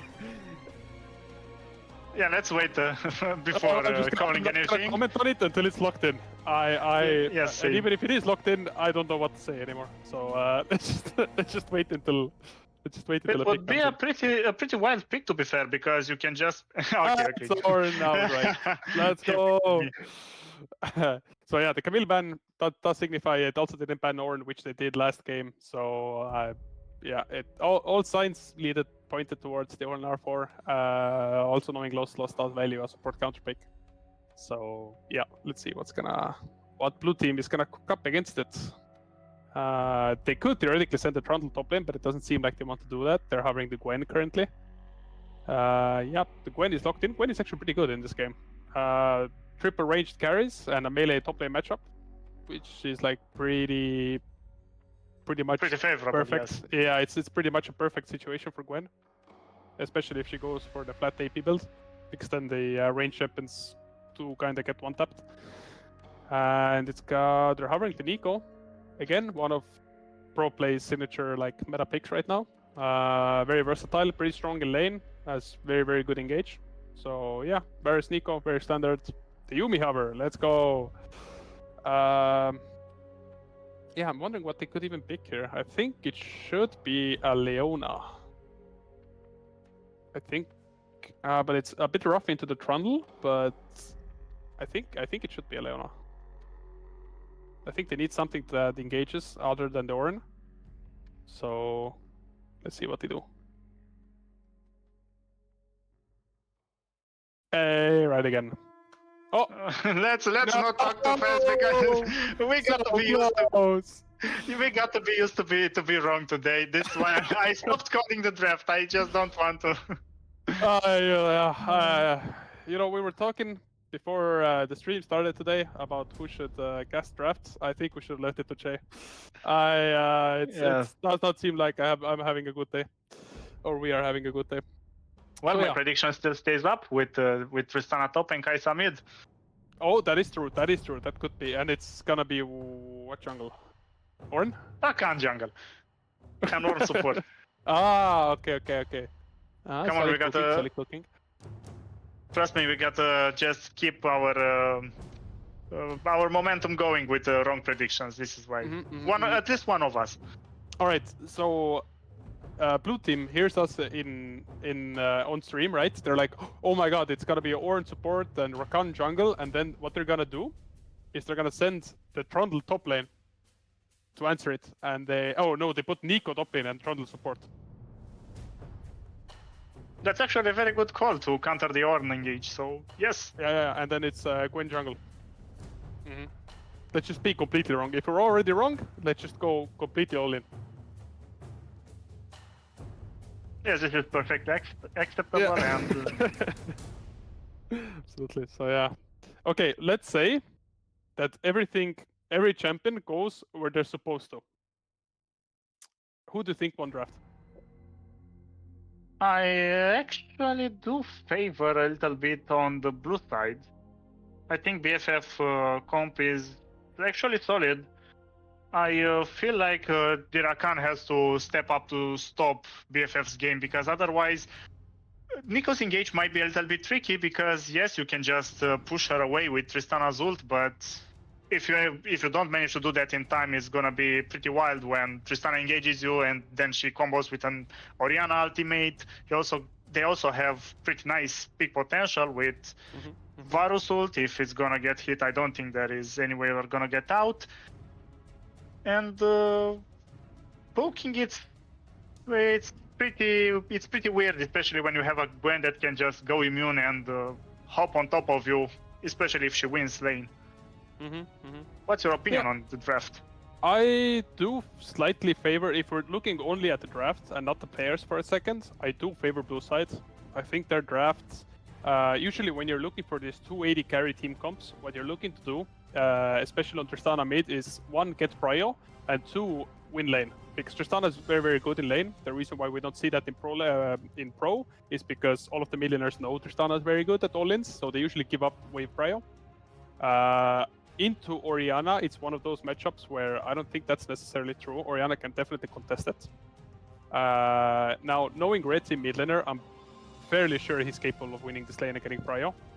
I think Taliyah needs prio a lot, because she's a carry jungler. She wants someone to play with her. So yeah, I think in a complete vacuum, blue team comp is slightly better. They have a winning top lane matchup. They have an Ullifire mid laner. I think their bot lane should win. I think playing Kai'Sa Rakan in this matchup should be pretty miserable. Now, when we're taking players into the context of this, I know Yasa really loves his Taliyah, so he's on a very big comfort pick. I'm pretty sure the Estonian top laner I think it's called Deadlock Player now, right? I think Deadlock Player is more than capable of only going down like 10 CS in top lane. Honestly, Ornn is pretty good early game into Gwen, so there might even be like he might go even or even slightly ahead. Mid lane, I'm pretty sure Estonian Millionaire has the ability to completely take over the map with Prio. And then red side bot lane is the only one that I do have a little bit of a question mark on, but it's mainly due to the part that I don't know the BFF bot lane that well.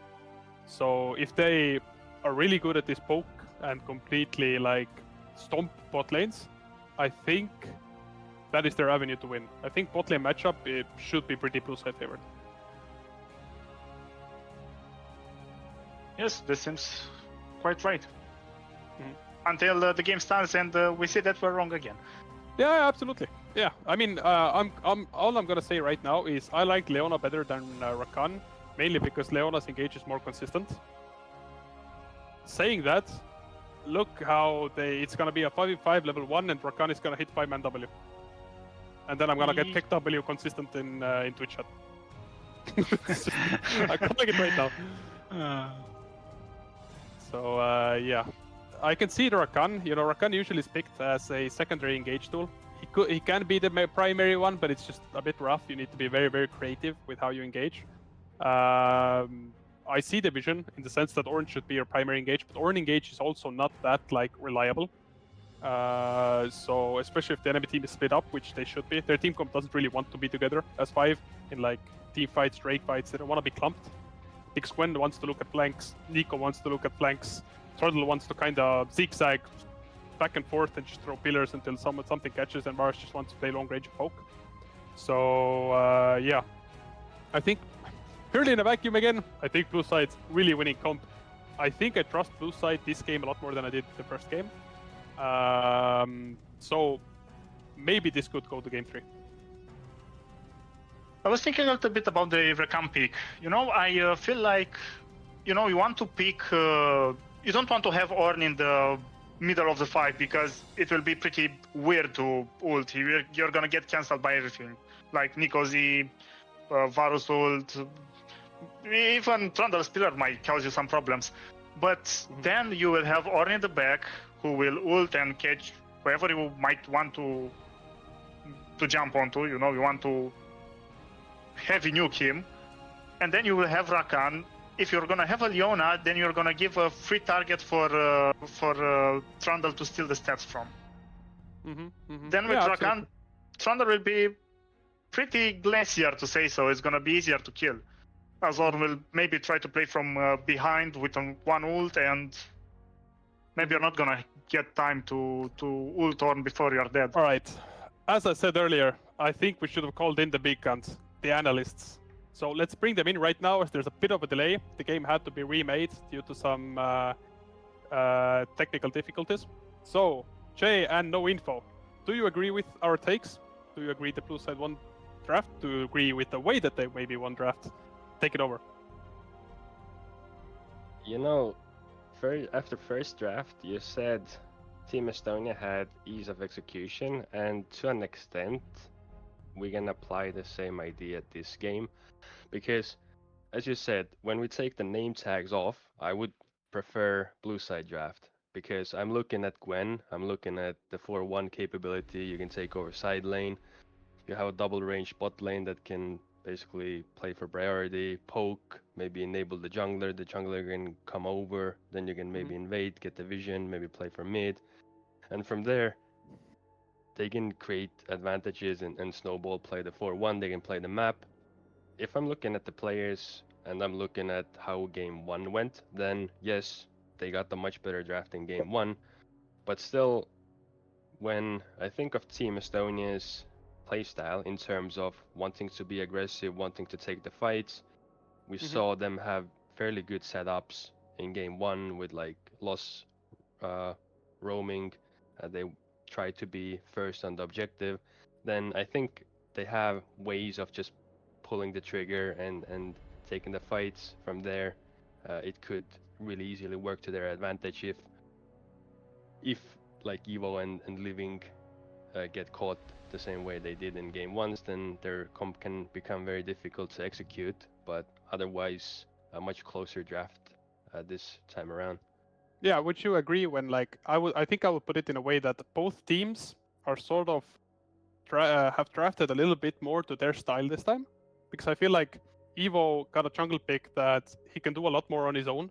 Xinjiao is still pretty reliant on his team, on Prios and stuff like that. And I think blue team plays a lot much of a slower game this time. So would you agree that maybe both teams got a little bit more of their signature playstyle picks? Yes, I would agree with that, and I would also say that it slightly plays more to both teams' strengths, because when we went over with no info before the game one, I was saying, okay, we want to see counter picks in top, so we see the Gwen against Ornn. We know it can be a good matchup, can scale well, can take over the side lane. Also, I think the Varus Nico is a much better matchup for what I personally expect to be a weak link for BFF. So they cover that angle. But on the other hand, like Rakan, Kai'Sa, they can still be highly proactive in the skirmishes. They can still pull the triggers. So yes, you're exactly right when you say that both teams kind of got the picks they want, and they can perhaps play to their advantages more. Yeah, absolutely. No info? Any inputs? Any thoughts? Yeah, I mean, it's gonna be interesting to see. I think you guys covered a lot of the matchups and how the teams like to play. I do agree pretty much with everything. Like, for example, like it said, especially like the Rakan being the secondary engage here, when maybe even losing lane early to the Ornn, right? So, like, I like it that in this game, I can actually see BFF, like the revenues for win. When like the previous game, it was kind of hard to see what they can do when they fall behind. But this game, you have like the Gwen insurance. We know that the Gwen is a long time experienced player, so he might have some good macro in mind. So yeah, I'm excited for this game. Yeah, I think this game should be a lot more. I don't know how what the correct phrase for it is. I wouldn't say it's not like a bad way. I don't mean this in a bad way, but this game maybe should be like of a higher quality. And what I mean by that is that both teams are a lot more on the picks they want, that they know, that at least from what my eye checklist saw or gave me last game, they might be a lot more comfortable this time. You know, as the Estonian mid laner being on a proactive prio making mid laner that he can just completely take over the map with Lina on a slow scaler that is really, really good in team fights, that also enables her jungler Evo on a completely independent jungler, but also one that can be amplified by his teammates if the situation ever goes to it. Yeah, absolutely. If we go to maybe let's do a little bit of predictions like we did with Giobandante last time. How do you think the game will actually run out? Let's start with Steve. Maybe you can take it. Che, you can take it up first. Yeah, I'm trying to combine how it should go and how I expect it to go based on the players' skill levels. So what I would want to see is that Evo pass bot lane, and then covers the double range. The double range gets prio, tries to poke out. The short range Kai'Sa Rakan play with the jungle, maybe look for invades against the Talia, try to set her back in the early, have a safe mid, don't let Tristana really roam, don't let him get active. And then what I want to see, I don't know if we're going to see it, but I want to see both teams being smarter about how they play objectives. So we saw from Team Estonia in game one that they played for every single objective. They tried to play tempo and didn't really fall behind. But this game, I want to see that from both teams. I want to see them playing and setting up the objectives, and then either it's gonna go in a way where Team Estonia just skirmishes and out team fights, and they have the tools to just pull triggers, or we see the double range bot lane working, we see the Gwen getting active in the side, and then perhaps create some 5v4s on the map around objectives, get to that first, maybe flank, find the picks and the setups with vision. Yeah, absolutely. That's how I hope the game would go for BFF sides. I think a slow game does benefit them, like a more controlled game. The moment that the tempo goes too high, I think the double 80 carry comp with a carry jungler can be very, very scary, especially if they don't give blue team that moment to take a breath, to get those proper recalls in, to get their item timers. All right, we are a little bit away from the game. No info. I'll give you an opportunity to speak as well. How do you think? As an example, let's switch up the question for you. Who do you think gets first Drake this game? Let's do some predictions. Okay, let's see. I'm going to say that the first Drake will go to the Estonian side, and I think it's gonna be messy as hell. I think they're gonna like lose bot prio, but Tristana is gonna get mid prio, so it's gonna be like a all-out 4v4 fight, and then they like steal it or something. So I think it's gonna be a banger Drake 1 fight. All right, and as a last question, Bandante, do you think there's gonna be a solo kill in top lane, and from which side? I think it will be a solo kill on top lane, and probably on the side of Gwen. Probably after she gets her first item and she has ult up, I feel like she will be able to run down Ornn, especially as she plays with Ghost. All right, and it does look like we are going into game. All of the roles are as we expected them to be, not like we predicted them to be. Those are two very, very separate things, obviously. Yeah, pretty standard. Trundle does seem to be running top side of the map currently, as Jay did request politely, so that Trundle maybe will path bot lane. We do see a little bit of aggressive movement from the Gwen, maybe showing a little bit of dominance. Yeah, pretty standard position holding from all sides. Both sides going for the 5 points. No invade shenanigans going on. Yeah. Oh, Gwen doing some funny business.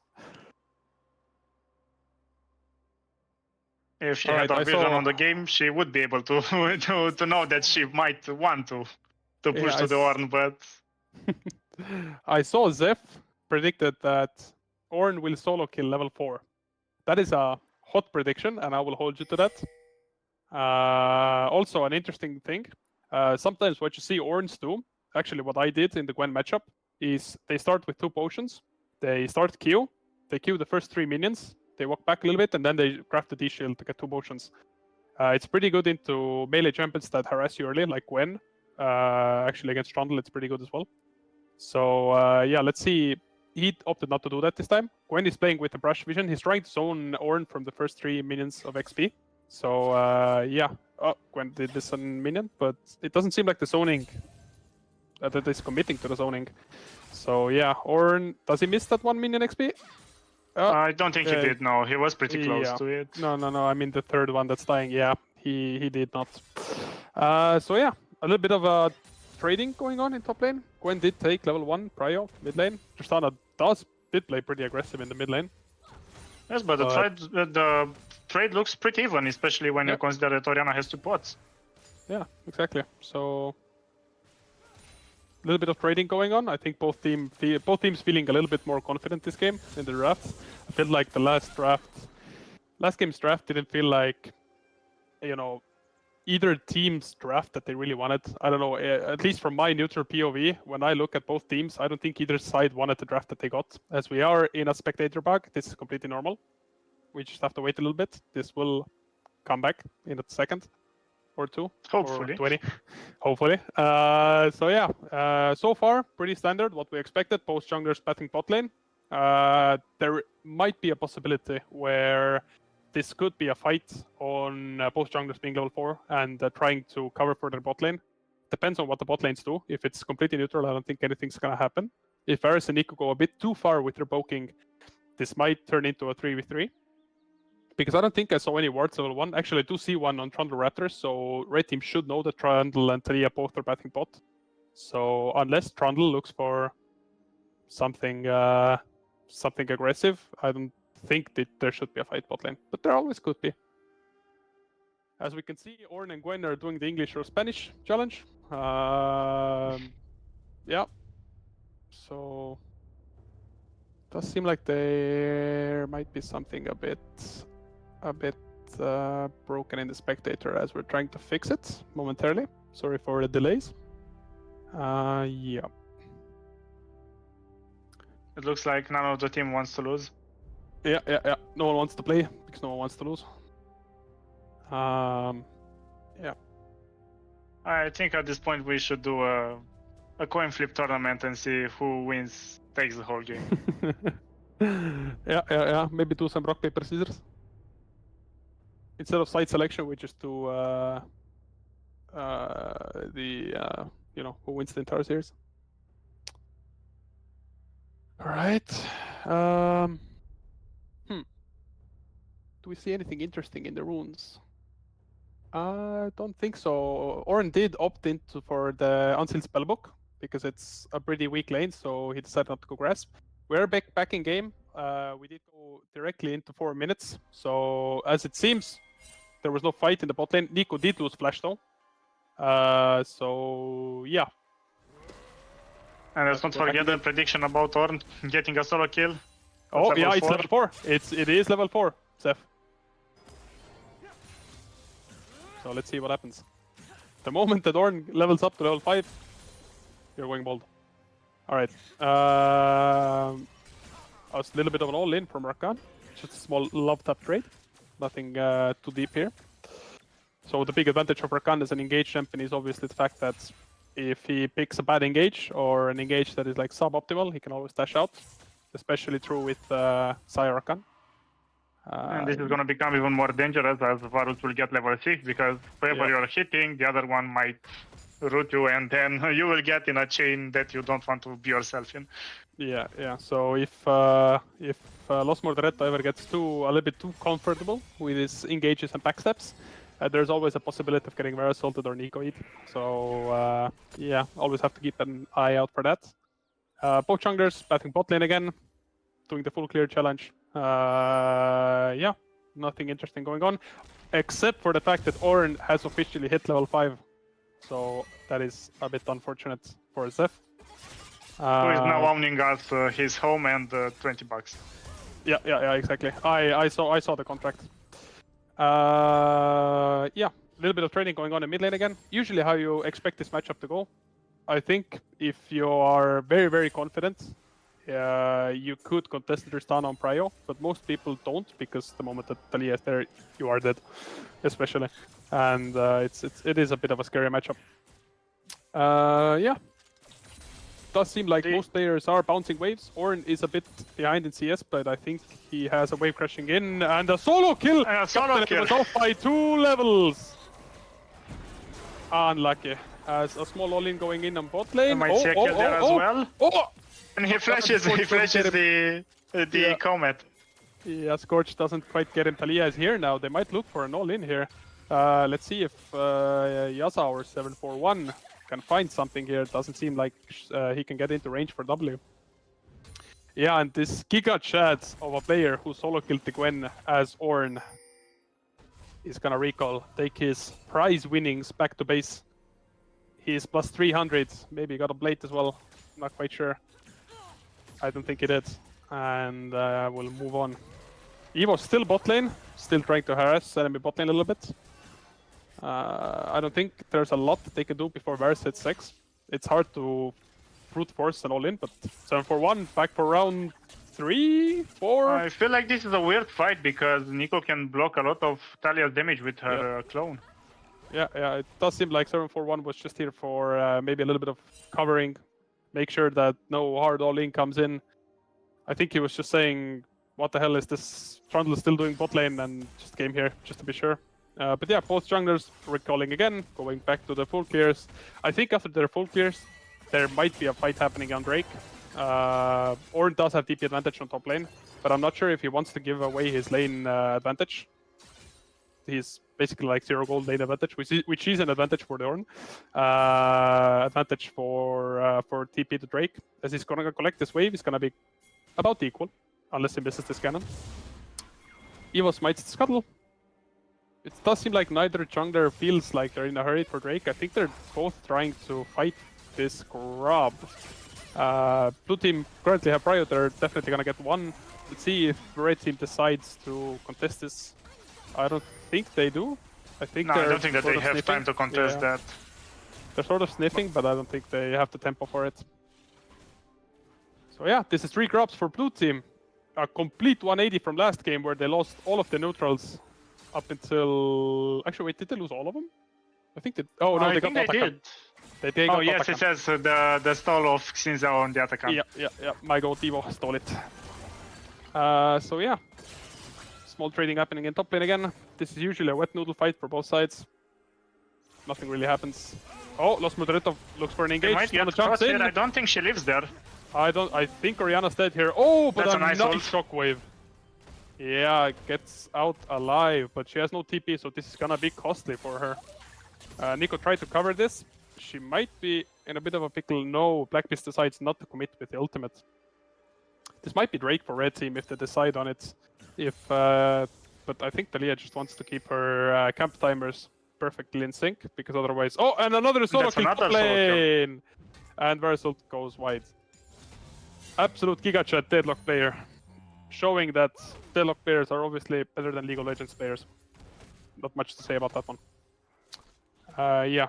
So as I was saying, Yasa probably values his jungle timers above doing the Drake instantly, because he's a carry jungler on this Talia, so he needs his jungle timers to be in sync, so that every time he goes for full clear, he can do it in a row, straight in line. Yeah, but I think after they come from base, they can look for it, especially if Yasa is looking for an all-in bot lane. Both flashes blown from the blue side bot lane. Let's see if the W hits. That's a nice route. And I think Nico gets to live there, but the counter engage on the Kai'Sa, and if... I don't think it would have died if the arrow hit, but it would have been a nice poke. Overall, a positive play for the Estonian team when it comes to summoners, but it did equalize in the end due to Blackbeast being a little bit over-eager with the engage. Yeah, so this should be a red team Drake. If they stall any longer and then decide to go Drake, blue team can contest this. It does seem like they are hesitant to do it, which is completely understandable looking at their health bars. Yes, and also that Tristana doesn't have TP and Oriana was back from base with items. Yeah, exactly. So, completely understandable call not to do it again. Alright, another prediction. Since we're already doing predictions today, never mind, I'm gonna cancel my prediction. We already see Talia start Drake. I was gonna ask when the Drake's gonna be done, but I think it's gonna be done in around 10 seconds. Evo is here. Let's see if blue team decides to contest this. It does look like they're looking. And I think it's gonna be a dangerous contest, to be fair. I think blue team is favored doesn't here. have most of her damage. Yeah, Rakan, I think, is dead into the Ignite. Yeah, this should be Drake for blue team. This is a massive win. Because now what happened was they got both of the neutral objectives. They got both grabs and Drake. So this is very, very big win. Especially because I think the drafts are, in essence, quite even, especially when it comes to the players. So these early game advantages give them a lot of space to maneuver. Blue team also needs time to scale, I think. Mainly to their first 2 items. I think on their 2 items is where their team comp really comes alive. So yeah, absolutely big win. Gives them time to scale up, do their thing. Yes, and also Gwen needs to come back into the game, especially that she's a little bit behind now. She's got the farm advantage though, but being two kills behind it feels a little bit rough. Yeah, absolutely. The first solo kill wasn't that bad because she was still even in gold due to the CS advantage, but now she's 2 kills down in XP, down in gold due to the CS equalizing with the second solo kill. So this is a bit rough. Let's see if she can bounce back.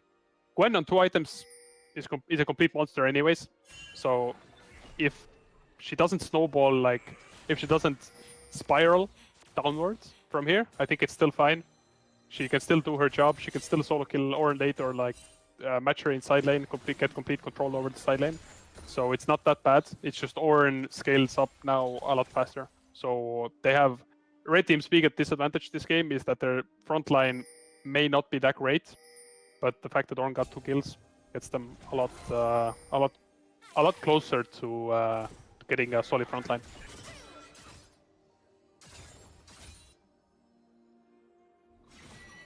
Looks like the Gwen started to do a little bit of her mojo. As you can see, she's having her first item, and the trades look more dangerous for the Ornn. Yeah, absolutely. Also, Nashor's Tooth buy from the Gwen, completely understandable. There is a bit of an argument to be made about the Archangels on Orianna. I used to, oh, was that just like a, oh, it was an unsealed spellbook ignite on the Varus to get it on cooldown so that he can use heal. Going back to the Orianna item, I used to think that I was the only guy who really hated this item on Orianna, but I remember I heard an Orianna main, a challenger one trick, talk about it, and he basically said that if you have an avenue for it, you should go Blackfire Torch. Usually it's Archangels. This game, Archangels is probably better. There's a lot of burst on the enemy team. You don't really need damage to kill the tanks, since you already got a Gwen, already got a Trundle. So a completely understandable buy. I think I like it. Also, they only have Ornn as the real tank, as Rakan is. Oh, another all-in in top lane. Weird one. Oh, did you get the third hour for the heal? And Ornn gets single-handedly the feats of warfare for his team. Oh, Eva's here. Eva's gonna try his hand as well. With the ult, I think it's Trundle favored. Yes, but Talia might come in, and I think she has time to save him. Especially with the push, but the push misses. And I think Talia is now in trouble as well. Yeah, absolutely. I think Eva just chases him down. Oh, nice pillar. Oh my god. That's nice damage. This is why we wanted Eva on Trundle. Look at this Giga Chat. Oh, but I she needs to stop Tristana with the pillar, but I think it was on cooldown and he's dead there. Yeah. Gwen is here for round 2. Gwen can do anything. Yeah, I don't think she's gonna go for it all in. Overall, again, arguably a positive for blue team. Trundle got very, very accelerated for this. Tristana got 1 kill, which is a bit rough for blue team, but it's not that bad. Blue team also just took the tower from bot lane, which is exactly what you want to see.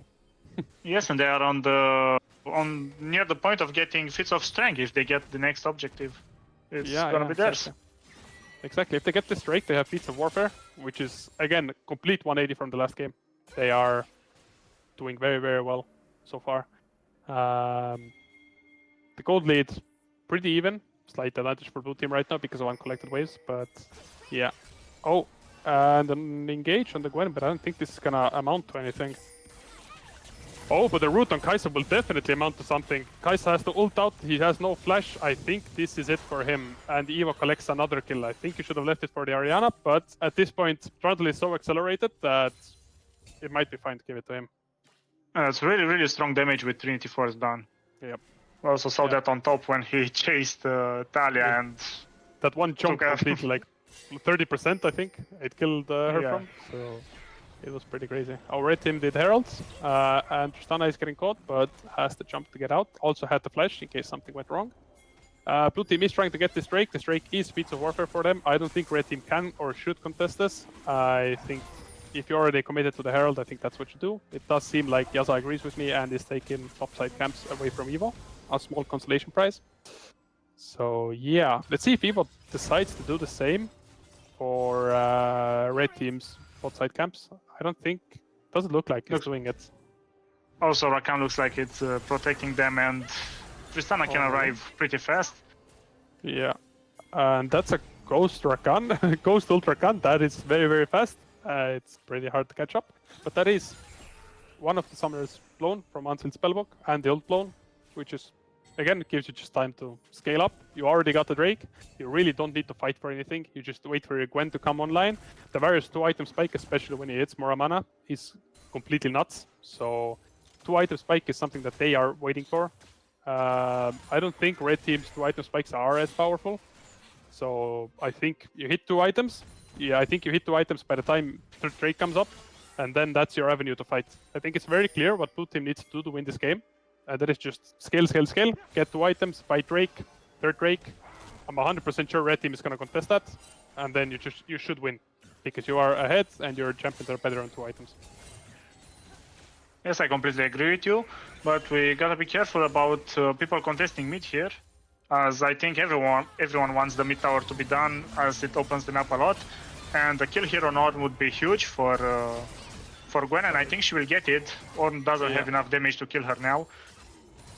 Yeah, that is very, very big for the Gwen. Anything to get her closer to that second item that I've been speaking about is very, very good.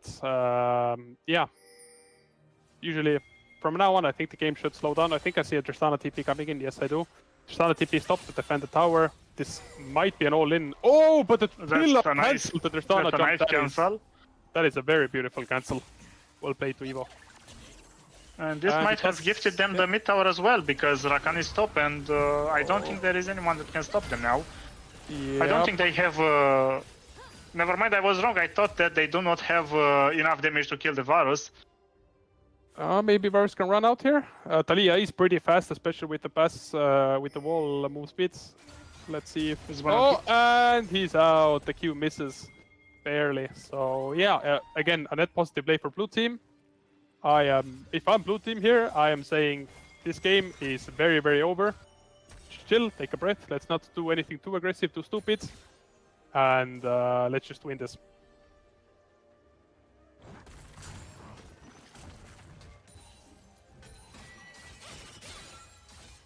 Drake up in 2 minutes. I think this is where you slowly start to already put up vision on the bot sides. So because nothing is happening on the map, at least nothing should happen, you slowly start to already play for mid bot. You put Gwen on weak side top lane, and you already start putting up vision. Because if you get like 3 waves of vision, you get control completely over the bot side jungle. So you can play around the Drake very easily. Yeah, yes, and you also can't ignore Gwen if you put her on top. She's a very strong split pusher as well. Yeah.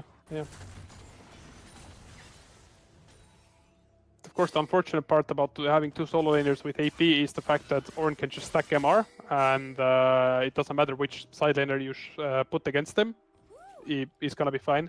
So it's pretty hard for Gwen still to kill Ornn because of the massive amounts of MR. But yeah, first Ornn upgrade coming in. I think I saw it being put on the Kai'Sa. And an all-in mid, Varus gets caught. This is very, very bad. But at the same time, what was used? Ornn ult, Kai'Sa ult, Rakan ult. This is a minute before Drake. I talked about this last game. If blue team just doesn't engage right now, this should be a net positive for blue team. Because what they can do is just walk through mid, contest Drake, and win this. I think they have to give this Atakan.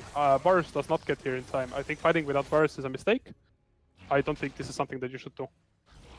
I think I have a feeling I should contradict you there, because I think that it was actually about the mid play. It was a very good engage on mid, because Tristana was top and she had no TP, and Lina was matching her, but she has TP. So if you have waited for a fight, you would have been 4v5 on the Atakan.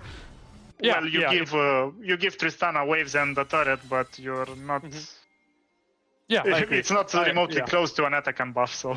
Yeah, I agree. In that sense, yeah, red team did make the correct call in the sense that they probably can't fight this third Drake. So what they instead did was they got the Varus pick. They used everything on it. They used that tempo to get Atakan immediately. And they got the Atakan. They're gonna give this Drake, I think. But blue team is hesitant to start it. So let's see what this could turn into a fight. I might be completely wrong here. Ornn's ult is pretty close to come back, so if they're gonna start it a little more, it's gonna become dangerous. Yeah, I think this is one of the situations where me as a caster, I can see that all of the ults are down, you should do Drake instantly, but obviously they might not have that timer ready. So yeah, ults are back up now. Now this is a scary That's a nice poke. Yeah. Also stops Talia from getting closer. Yeah, this is very well done by Lina. Does lose her flash for it, but Neek ult is massive. Let's see if they can turn this into a positive fight. Rakan yes, but there is no engage and Rakan counters it. This That's a nice combo. Yeah, this was a complete stomp. That was a very beautiful Rakan engage.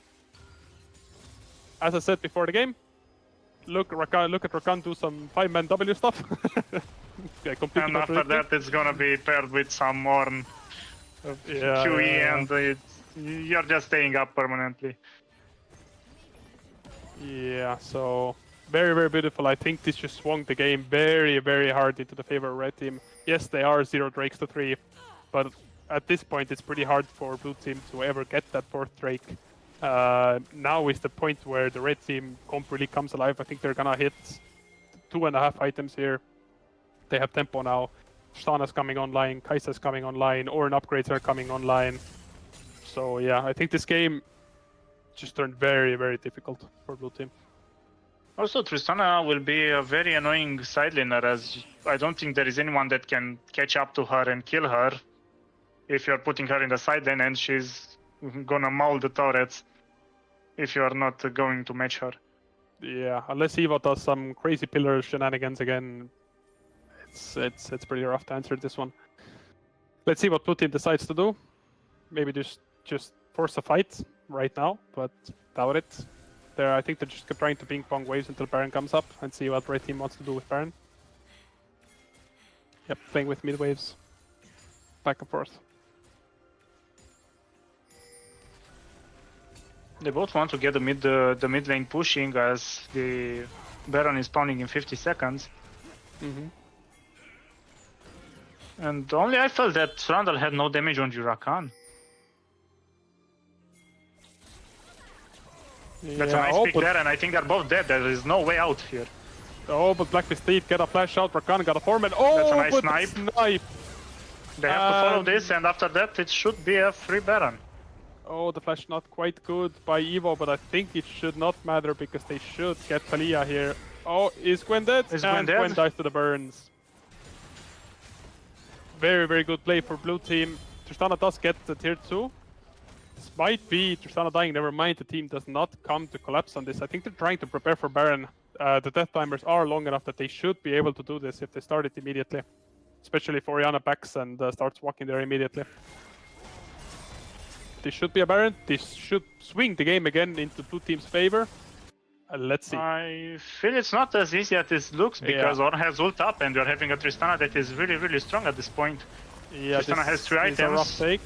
And the damage is insane. Tristana just gets out and now she can just engage back, and there is no way you are gonna get to Tristana in time. Yeah, you have to wait for your Orianna here. This is, this turned into a disaster. I think Ja Morant played this very, very well as well. The way that she jumped in, even though the exhaust did come in, she jumped out immediately, got out. This was pretty, very, very beautifully played. And this Baron for red team, I think it's very, very rough now. Does Gwen get out? I think the Gwen's out. Does Kai's ulting? Kai's ults in! Black Beast is going for a montage play, and she does snipe him. So, wait, what was his HP? It's probably close to 0 now. I think it's 0 now. Yeah. But the Baron buff siege continues. It is a bit rough now that Kai'Sa is dead. I don't think that was a good death, but you know, they did get the tier 2. It's rough to siege with Baron now. They lose a bit of valuable time with the Baron, but it should still be fine. Drake up in a minute. Wait, if Yasa gets caught here, this might be an avenue to get Soul, but I don't think, I think Evo and Tony Kruger were a bit scared of Yasa having backup there, even though, yes, we can see that they had none, but no vision down, so obviously they didn't want to chase into complete pitch black. So yeah, they opted not to all in on Yasa there. Tristana getting mid prio, especially with Baron. Blue team does have river control right now though.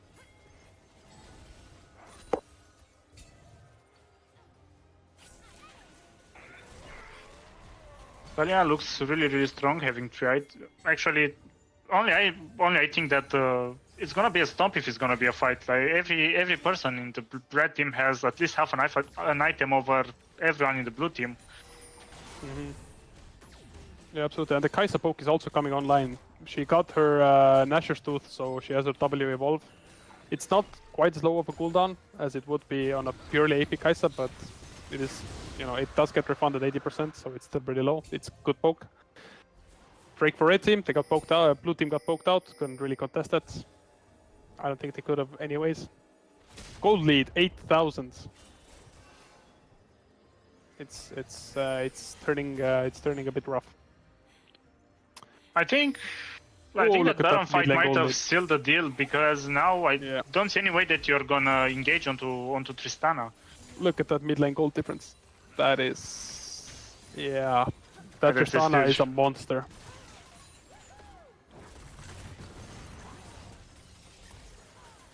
Especially, I think that Tristana is building towards Bloodthirster. If that Tristana gets Bloodthirster as well, that massive damage is gonna convert into a shield, into a lifesteal. It's gonna be very, very hard to kill her unless you hit like a Nico ult on her. But even then, I think she's building towards Guardian Angel, as if you're even ever getting onto her, you're using all of your spells, and after she's back up, she's getting peeled from Rakan, from Ornn, and you're not gonna have the damage to take her down the second time. Yeah, we just saw Nico's flash be blown. That is very, very big, especially this late into the game, because Nico ults are the avenues to get engages. Ult flashes, I mean. And yeah, small bit of poke from the blue team. I don't think it really makes a difference here. Red team does appear that they're trying to play off 2 waves. Baron buff did end, so I don't think this is siegeable anymore. I think they are just hoping the blue team makes a mistake. Maybe comes up a bit too far. I think without Baron, it's just not endable with 2 Hinnips. Maybe they're gonna prove me wrong again. Let's see. No, I think they're backing off. It really looks rough to play in Varus shoes. If you saw that, even if Nico hit E, her Varus damage is not really that big when you're playing Lethality Varus and your team is behind. It's much more difficult to poke and be dangerous. Yeah, it is a bit rough now at this point. I do still think Poke Varus has a lot of value in this game, because the enemy team is quite squishy. But it's like, yes, Poke Varus has a very, very high range, but that range only matters if you can hit the poke.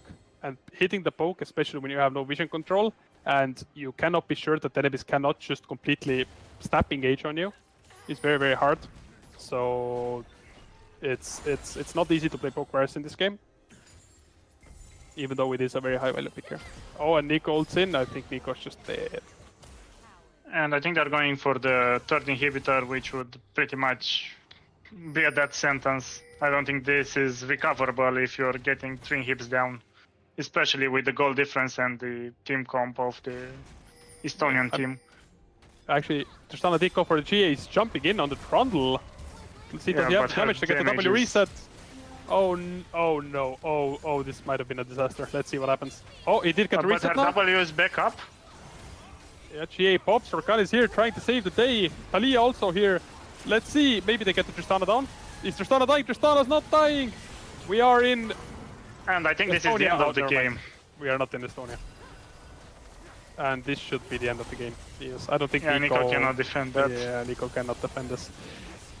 GG, we saw some moments of brilliance out of BFF, but in the end, I think it just wasn't enough. I think Red Team played a little bit better today. I think in that Drake fight, in that third Drake fight, is where they really lost the game. I think that's where the deciding factor came in.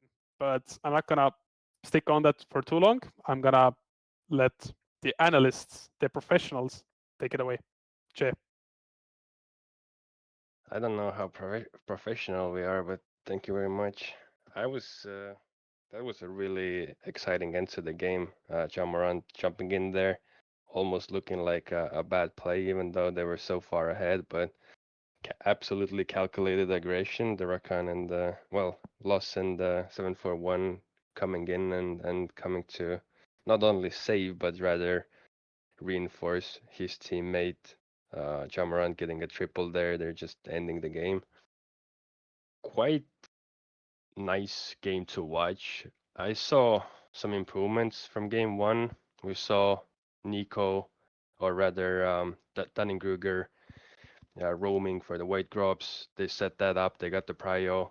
They get the 3 white grubs for Gwen.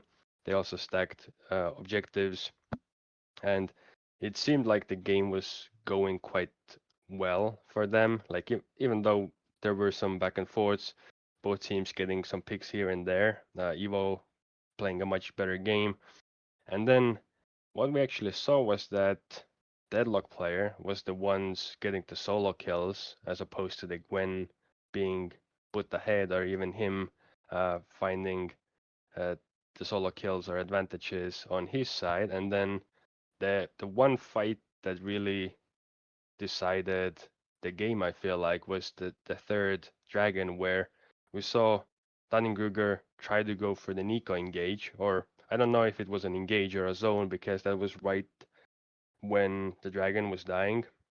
Perhaps they can look to save, secure the dragon, maybe play a little safer. They don't really need to go for the fight. They can just play for the objective.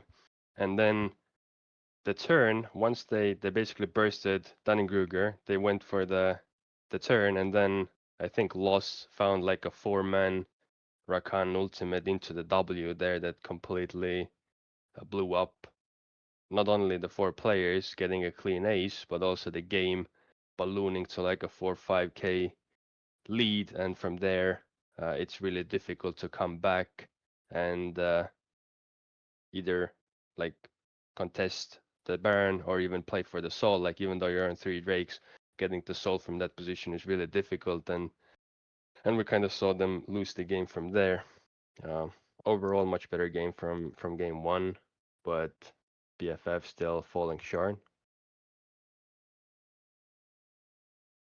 Yeah, I agree. This game was definitely fun to watch, though. It's like I think this game is a good example of what the lower teams or like the mid-table teams in SLE tend to struggle with. We saw like an excellent pre 20 minutes from BFF, and then at 20, the red side made a really good play on the Varus. They got him mid, then got the Atakan, and had enough tempo to make it to the third Drake, where we saw like the nasty wombo combo come in. And the Barangal, in my mind, with the Varus, the Trundle, and the Nico going to the Baron and Tristana cleaning them up. For me, that was like the game-losing play. But I just think red side was so much better when it came to situations after the 20-minute mark. Yeah, the mid game was definitely better from the Estonian side. And even from game 1 with the Corki and this game, Jamarant and Tristana, we saw a lot more side laning. Like both games, we saw them playing side. We saw them going for the objectives, because like when you pick Tristana, one of the key things you want to do is you want to set the Tristana up, as we see the replay of, I think, the third dragon fight. So let's watch that first before I go on from here. But as we see here, like this is really good. They get the first wave prio, they get an anchor in place, they get the vision, deny it, go for the dragon. So the Talia wall comes in, we see a little splitting up, but here, like the dragon goes down, they have a really good position. Dunning-Kruger flashes out, goes back in on the Nico ult, and then he gets bursted. Rakan goes in after the Ornn ultimate with the W, the ultimate, and they just get blown up just from herding in one single place. Because at the start, it was really good for BFF, right? They get the mid prio, they play on the first wave, anchor goes down, they deny vision, go straight on the dragon. That's really good play. There's no delay. Otherwise, sometimes you see teams like, okay, we got the wave, how do we go for vision? Where does the pink ward go? How do we play around the anchor? But they didn't really delay, they just went for it. Really good setup, they get the Drake, but after the Drake, like you don't really need to fight there. The only reason you fight is if you have an advantage. Otherwise, if you secure the Drake, you can walk out bottom, take a wrap around, maybe Team Estonia pushes mid, okay, you reset the map, right?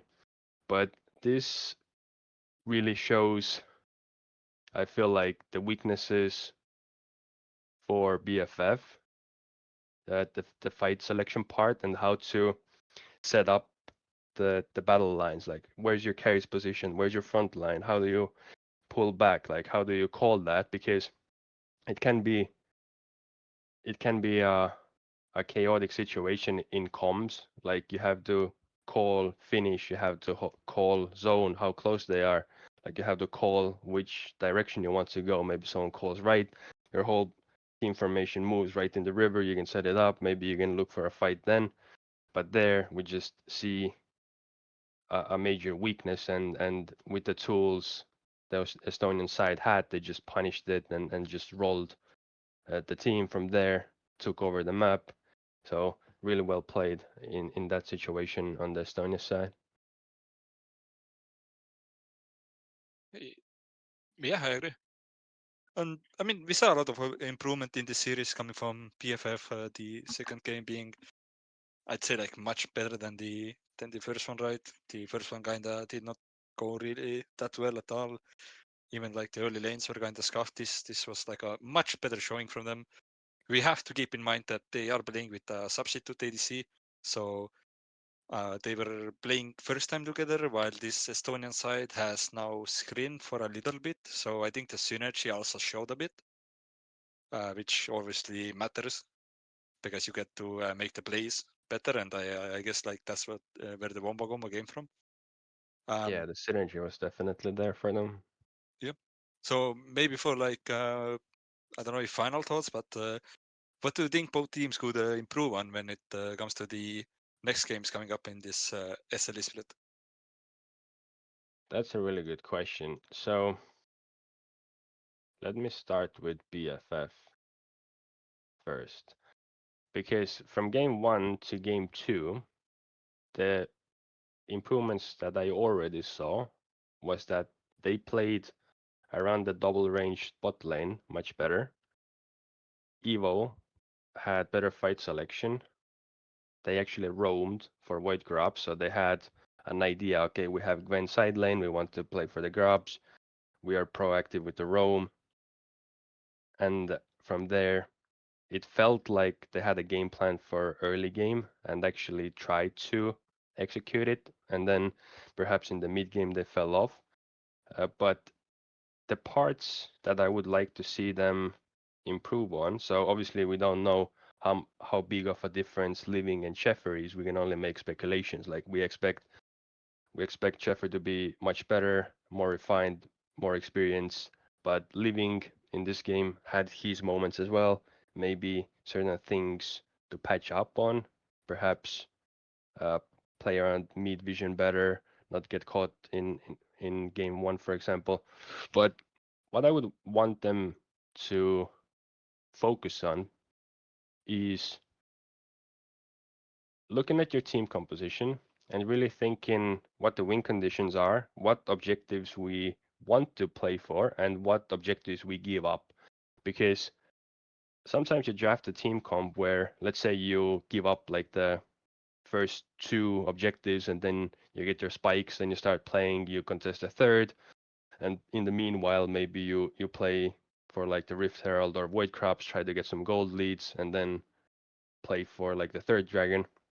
In this game with the double ranged bottom lane, maybe it was a really good idea to start stacking trakes, even though you have a Gwen like side lane insurance as well. For them, picking the priority objective that you play for and being proactive in your setups, in your lane assignments, being on point with the tempo, and then if it doesn't look like a good contest or look good setup, then immediately turning for the cross-map player, going for a different play instead of taking a bad fight. That's first. Second is in terms of like ABC macro, because I always say ABC, it's like, okay, you play for vision, you play for waves first. Once your waves are in position, you go for vision. Once your vision is in place, you can play for fights or you can play for objectives. So in their case, there was moments where they get caught in situations they shouldn't even be fighting. So a little more focus on getting the waves, getting the vision. Once you have vision, then making the decisions. Because if you lack vision and enemies aggressive, we saw them getting caught a lot. So that's second. And third, I would just put a lot of emphasis on objective setups, getting the prio, or even if you contest, like pushing out, getting your anchors in place, getting the vision, and then to a lot of listeners as well, perhaps it's like a lot of teams want to fight instead of just playing for the objective. Like there we saw as well, the secured objective, they still went for the fight. But what I always tell teams, it's like play around your vision, play around your zone, let the enemy come to you. Unless someone on the enemy team is out of position and you can make the pick and then go for the fight, it's good. But if you don't have to fight, just let the enemies come to you. Let them Ornn ult. You're gonna kite back. They're gonna blow the ultimate. Someone is gonna overextend, and then you go for the turn. You don't really need to force it yourself unless there's a good position for it. So I think if they focus on these three, with Sheffield coming back at one point, I think they can be a strong team. And yeah, I think that's what I feel about them. Maybe we can ask Loss about how he feels about these games, and maybe ask the second part of the question from him, like what he feels like they should improve on. All right. So I think it's ready. Jay already said it. We do have a winner's interview coming in from Los Murderetto. So I think we can pull him in now. Goes to do your admin magic. And yeah, I think we are ready. Orche, anyone? Can anyone pull him? Yeah. Hey, he arrived. Hello, Los Murderetto. Hello. All right, so you just got off, I wouldn't call it a very convincing 2-0, but still a 2-0 nevertheless. How are you feeling? What are your thoughts? How are we feeling? Yep. First of all, I want to say big thanks to BFF for allowing us to remake because of Riot Indie Company. But after the games, we are looking at this league and we are figuring out if there is anybody who will stop us from 2-0ing anyone. Okay. So we are looking at our champion pools. We are playing Talia. Used to be a really bad champion by some people. Doesn't matter for us. We can just laugh and play. So we figured out in the draft, like we lock 5 champions. It doesn't matter what we lock. It really doesn't matter. We will just put them somewhere. We will figure it out in the last 60 seconds who goes where. So I don't even mind. Like so we are looking forward to the next weeks. So the drafts are the Estonian classic. Pick a champion and then decide where it goes. Yeah, because I mean, we are multi-role talents. We can play whatever we want. It doesn't really matter. All right, perfect. Actually, a good segue. Let's talk about draft a little bit. In the second game, we were a bit hesitant about the Rakan pick because we thought that, at least me and No Info, thought that Leona was a lot better in that situation due to the fact that you did not have that solid of an engage, only with the Ornn, and Rakan does not usually do the primary engage role very well. Is there something that you want to comment on that? Is there a reason why you went the Rakan route? Because I did see the Leona hover for a second. Yeah, I was hovering Leona and then I decided it's too boring. So we just said that, okay, let's do something fun. Let's go Rakan. It doesn't matter. I can jump off Ornn. I can jump off Talia. Kai'Sa will just dive bomb in and I will play off it. It's fine. All right. Actually, we do have a POV clip of that game-winning third game Rakan play. Let's see if production can pull it on the screen.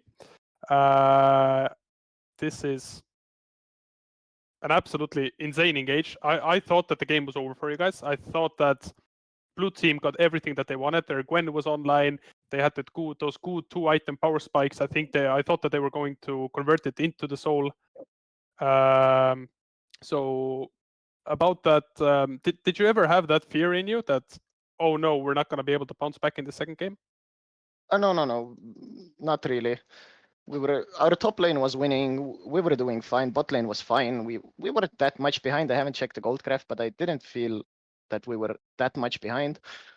We had a plan to deal with the Gwen. If it gets head, it got solo killed 3 times. I don't know what happened there. I was too afraid to look there at some point because I only heard my Ornn beating the anvil and it was scary. and my mid laner was just smurfing this game, so I wasn't really concerned. Loss, congratulations on the win. Thank you. I have a question. So we were watching the games, and before today, I watched some of your scrims, like I think 4 or 5 games, and the scrim games were a lot different to the official games. And as I always say, like I like to watch macro play, I like smart decision making, playing the map. So did you, first of all, plan to be more mindful, like take less fights, make sure you have your setups right, play the side lanes, and also what were the comms during the game when you were doing that and playing the map? So the difference between official and scrim, I wouldn't say that we thought about it that much, but the difference was just that we erased the mistakes from the scrims that we did. We looked over some stuff, we saw our problems, so we tried to fix it for the official. It seems that it worked, at least against this team. So, but yeah, no disrespect to BFF, but they ain't one of the top teams. So we will see if we can still manage against the top teams. But I mean, we probably will. But the comms, yeah, we have a weird situation in the comms where everybody is calling a little bit. We don't have a certain shot caller, so whoever feels like he sees the play will call it, and we will just move. Sounds good. I like the confidence. Thanks. Have to have it. Hello, Los. I'm Ciobandante, and I have a question for you as well. First, Yeah. let me begin. Congratulations for the win, and that was a really nice engage to swing the moment back in your favor. I wanted to ask you, there were everything in this stream from predictions and draft, but one thing that is missing is who do you think was the best performing member of your team? Who do you think is the MVP for this night? Oh, from our team. That's a good question. For the first game, it definitely was the male, so Blackface. In the second game, I think it was Jamorant, so our mid laner. But I think Jamorant was 0 deaths in the first game as well, so I think I will give it to him. He was making those plays available by dragging out the map a lot. So I will give it to my mid lane. All right. Anyone from the enemy team that you want to shout out? Oh yeah, definitely Evo. Have to shout out my boy. He made the games harder than we expected a little bit. So he played it well. Even if I know where he's going, because I'm playing with him in another team, then it's still annoying that he pops out behind me. So yeah. All right. Shout out to Evo. All right. Now let's show that POV clip from that third game engage. Let's see if I can.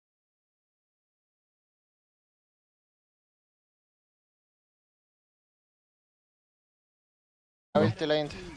Vaatame või? Kas mängib fight? Ma avan sulle. Kõik saavad ultit. Knock up, 4. Let's go! Huge. Hello! Ni hao. Ulti läinud. Vaatame või?